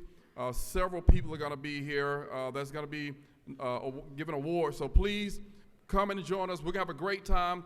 Travis Malloy from yesterday will be singing. Also, Jakayla Carr, the one that Mandisha brought as the speaker that day, that song, she's going to be there as well on Thursday evening to perform as well. So y'all come on out. Let's have a great time. Thank you. Thank you, Representative Sharper. Chair Lady Silcox is recognized for an afternoon order. Thank you, Mr. Speaker. Just briefly, tomorrow is Alzheimer Awareness Day, so I'd like to encourage everybody to wear purple. Thank you. We're in purple tomorrow. Chairman Jaspers, Chairman Rick Jaspers, Chairman of Transportation, that's you, recognized for an afternoon order. Thank you, Mr. Speaker. Too busy talking. On your desk, I hope you'll take time to look at a article that Senator Dolezal, the chairman of the Senate Transportation Committee, and I worked on pretty hard to talk about the investment in freight logistics in our state. You know, I applaud Governor Kemp and us, all of our members, for a $1.5 billion investment in transportation infrastructure this year. I think this is something you can put in your notebook to take home with, to use it when you talk to groups. I hope you take time to read it and enjoy it on the great work that we've done. Thank you, Mr. Speaker. Thank you, Mr. Chairman. Good work. That concludes our afternoon orders. Mr. Clerk, will you read the caption to a group of privileged resolutions? Congratulating and commending Ashley Wilson for receiving the 2024 Yellow Roasted Nikki T. Randall Service Leader Award. Recognizing and commending Elder Henry Frazier Sr., recognizing and commending Charles D. Graham, Esquire, honoring the accomplishments of Natalie Talley Sweat, recognizing and commending Atlanta Metropolitan State College, recognizing and commending Dr. Maria Boynton, and recognizing March 7th, 2024 is Women in Radio Day at the State Capitol, recognizing and commending Lisa Nichols, and recognizing March 7th, 2024 is Women in Radio Day at the State Capitol, recognizing and commending Sharon Say, and recognizing March 7th, 2024 is Women in Radio Day at the State Capitol, recognizing and commending Minister Peter Burke, congratulating DeKalb County School District and recognizing February 22nd, 2024 as DeKalb County School District Track and Field Day at the State Capitol, and recognizing and commending Matt Nave. And for other purposes, that completes the reading of the privileged resolutions. Is there an objection to adopting the privileged resolutions? Chair here is done and the resolutions are adopted. We're going to move on to announcements. Moving on to announcements. Chairman Corbett recognized for a very important announcement. Thank you, Mr. Speaker. It is a very important announcement. The Rural Caucus will be meeting in the Ag room across the street for lunch. Y'all come join us. Grilled chicken, roasted potatoes, mixed salad, and lemon pie. Come see. I'm coming over there. Leader F. Strations recognized for an announcement. On competing lunch, Mr. Speaker, we have the committee chairman's lunch in room 403 upon adjournment here today. 403 upon adjournment. Thank you. Chair Lady Dempsey is recognized for an announcement.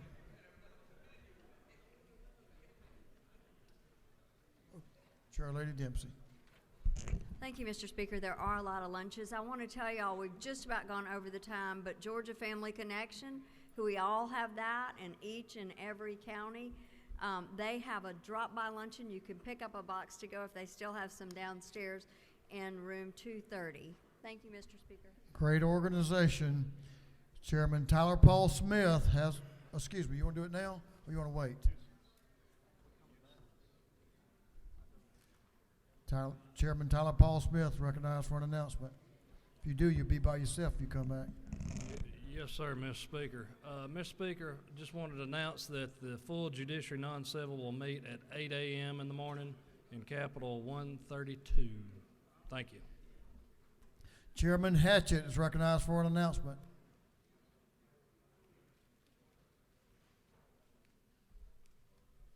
Thank you, Mr. Speaker. The Appropriations Committee will meet tomorrow morning at 8 in room 341. We have a couple of resolutions to take up. Thank you. Chairman Green is recognized for an announcement. Thank you, Mr. Speaker. The State Properties Committee will meet today at 2 p.m. in room 515. That's a change now, room 515. Y'all get there quickly and we can get out quickly. Thank you. Chairman Chokus is recognized for an announcement. Thank you, Mr. Speaker. The Small Business Development Committee members got to have an hour of extra sleep today, and I hope that beauty sleep worked. Anyway, we will be meeting at 3 p.m. today in 403, and we will be hearing from the Craft Brewers Association, and as I said yesterday, we may have to take a sample or two. Thank you very much. Chairman Noel Williams is recognized for an announcement. Thank you, Mr. Speaker. Immediately upon adjournment, Banks and Banking will meet in CLOB at 406, immediately upon adjournment. Thank you. Representative Vance Smith is recognized for an announcement.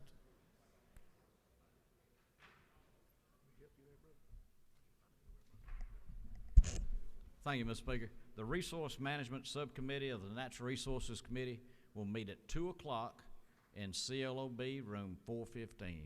415 at 2 o'clock. Appreciate all the members coming. Thank you. Chairman Dickey is recognized for an announcement. Thank you, Mr. Speaker. Agriculture and Consumer Affairs will meet again in the morning, 606 CLOB, as we continue to look at some continue more bills. So thank you. In the morning, 9 o'clock. Representative Viola Davis is recognized for an announcement. Thank you, Mr. Speaker. I'm happy to announce today is Midwife Day at the Capitol. So please join us in room 125 and help us celebrate Midwife Day. Chairman Billy Mitchell recognized for an announcement. Thank you, Representative Davis. The Democratic Caucus will meet tomorrow morning, 8 a.m. Please note the time changed, 8 a.m. in room 605. Breakfast will be served. Thank you, Mr. Speaker. Chairman Stevens recognized for an announcement. Thank you, Mr. Speaker. Today, after lunch, 1:30, the Public Finance and Policy Subcommittee on Appropriations will meet in 341. Full committee to follow. Tomorrow morning at 8 o'clock in the morning, the House Economic Development and Tourism Committee will meet in 406 CLOB. Thank you. Chairman Collins is recognized for an announcement. Thank you, Mr. Speaker. House Public Safety and Homeland Security Committee will meet at 1:30. We're going to delay for 30 minutes. 1:30, 506 CLOB. Representative Anderson recognized for an announcement. Thank you, Mr. Speaker. Governmental Affairs will meet the full committee today in CLOB 606 at 3 p.m. Thank you. Chair Lady Lynn Smith is recognized for an announcement. Good afternoon, everyone. I'm going to use the room 606 as well, CLOB, Natural Resource and Environment. It's meeting tomorrow morning at 8 o'clock. We're throwing away around room numbers everywhere, but tomorrow morning, Natural Resources, 8 o'clock, 606 CLOB. Thank you. Chairman Hawkins is recognized for an announcement. Chairman Hawkins.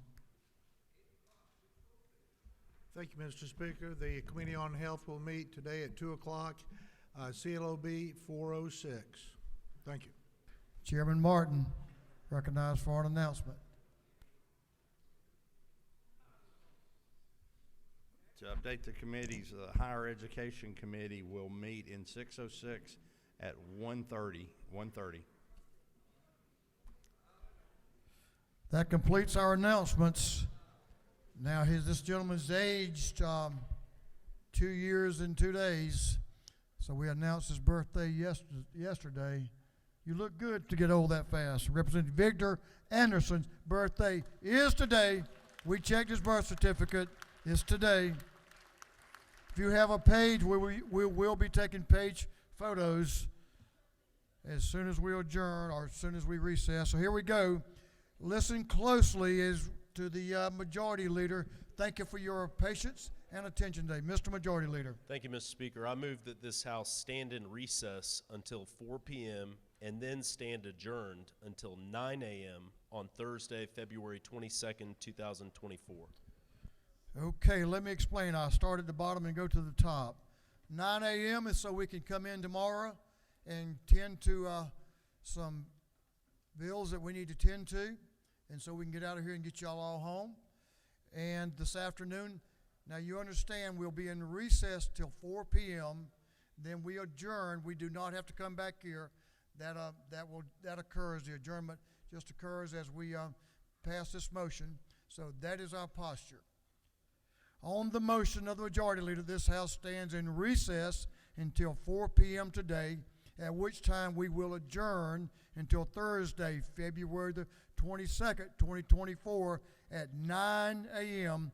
All those in favor will say aye. All those opposed will say no. The ayes have it. This House will stand in recess until 4 p.m. today.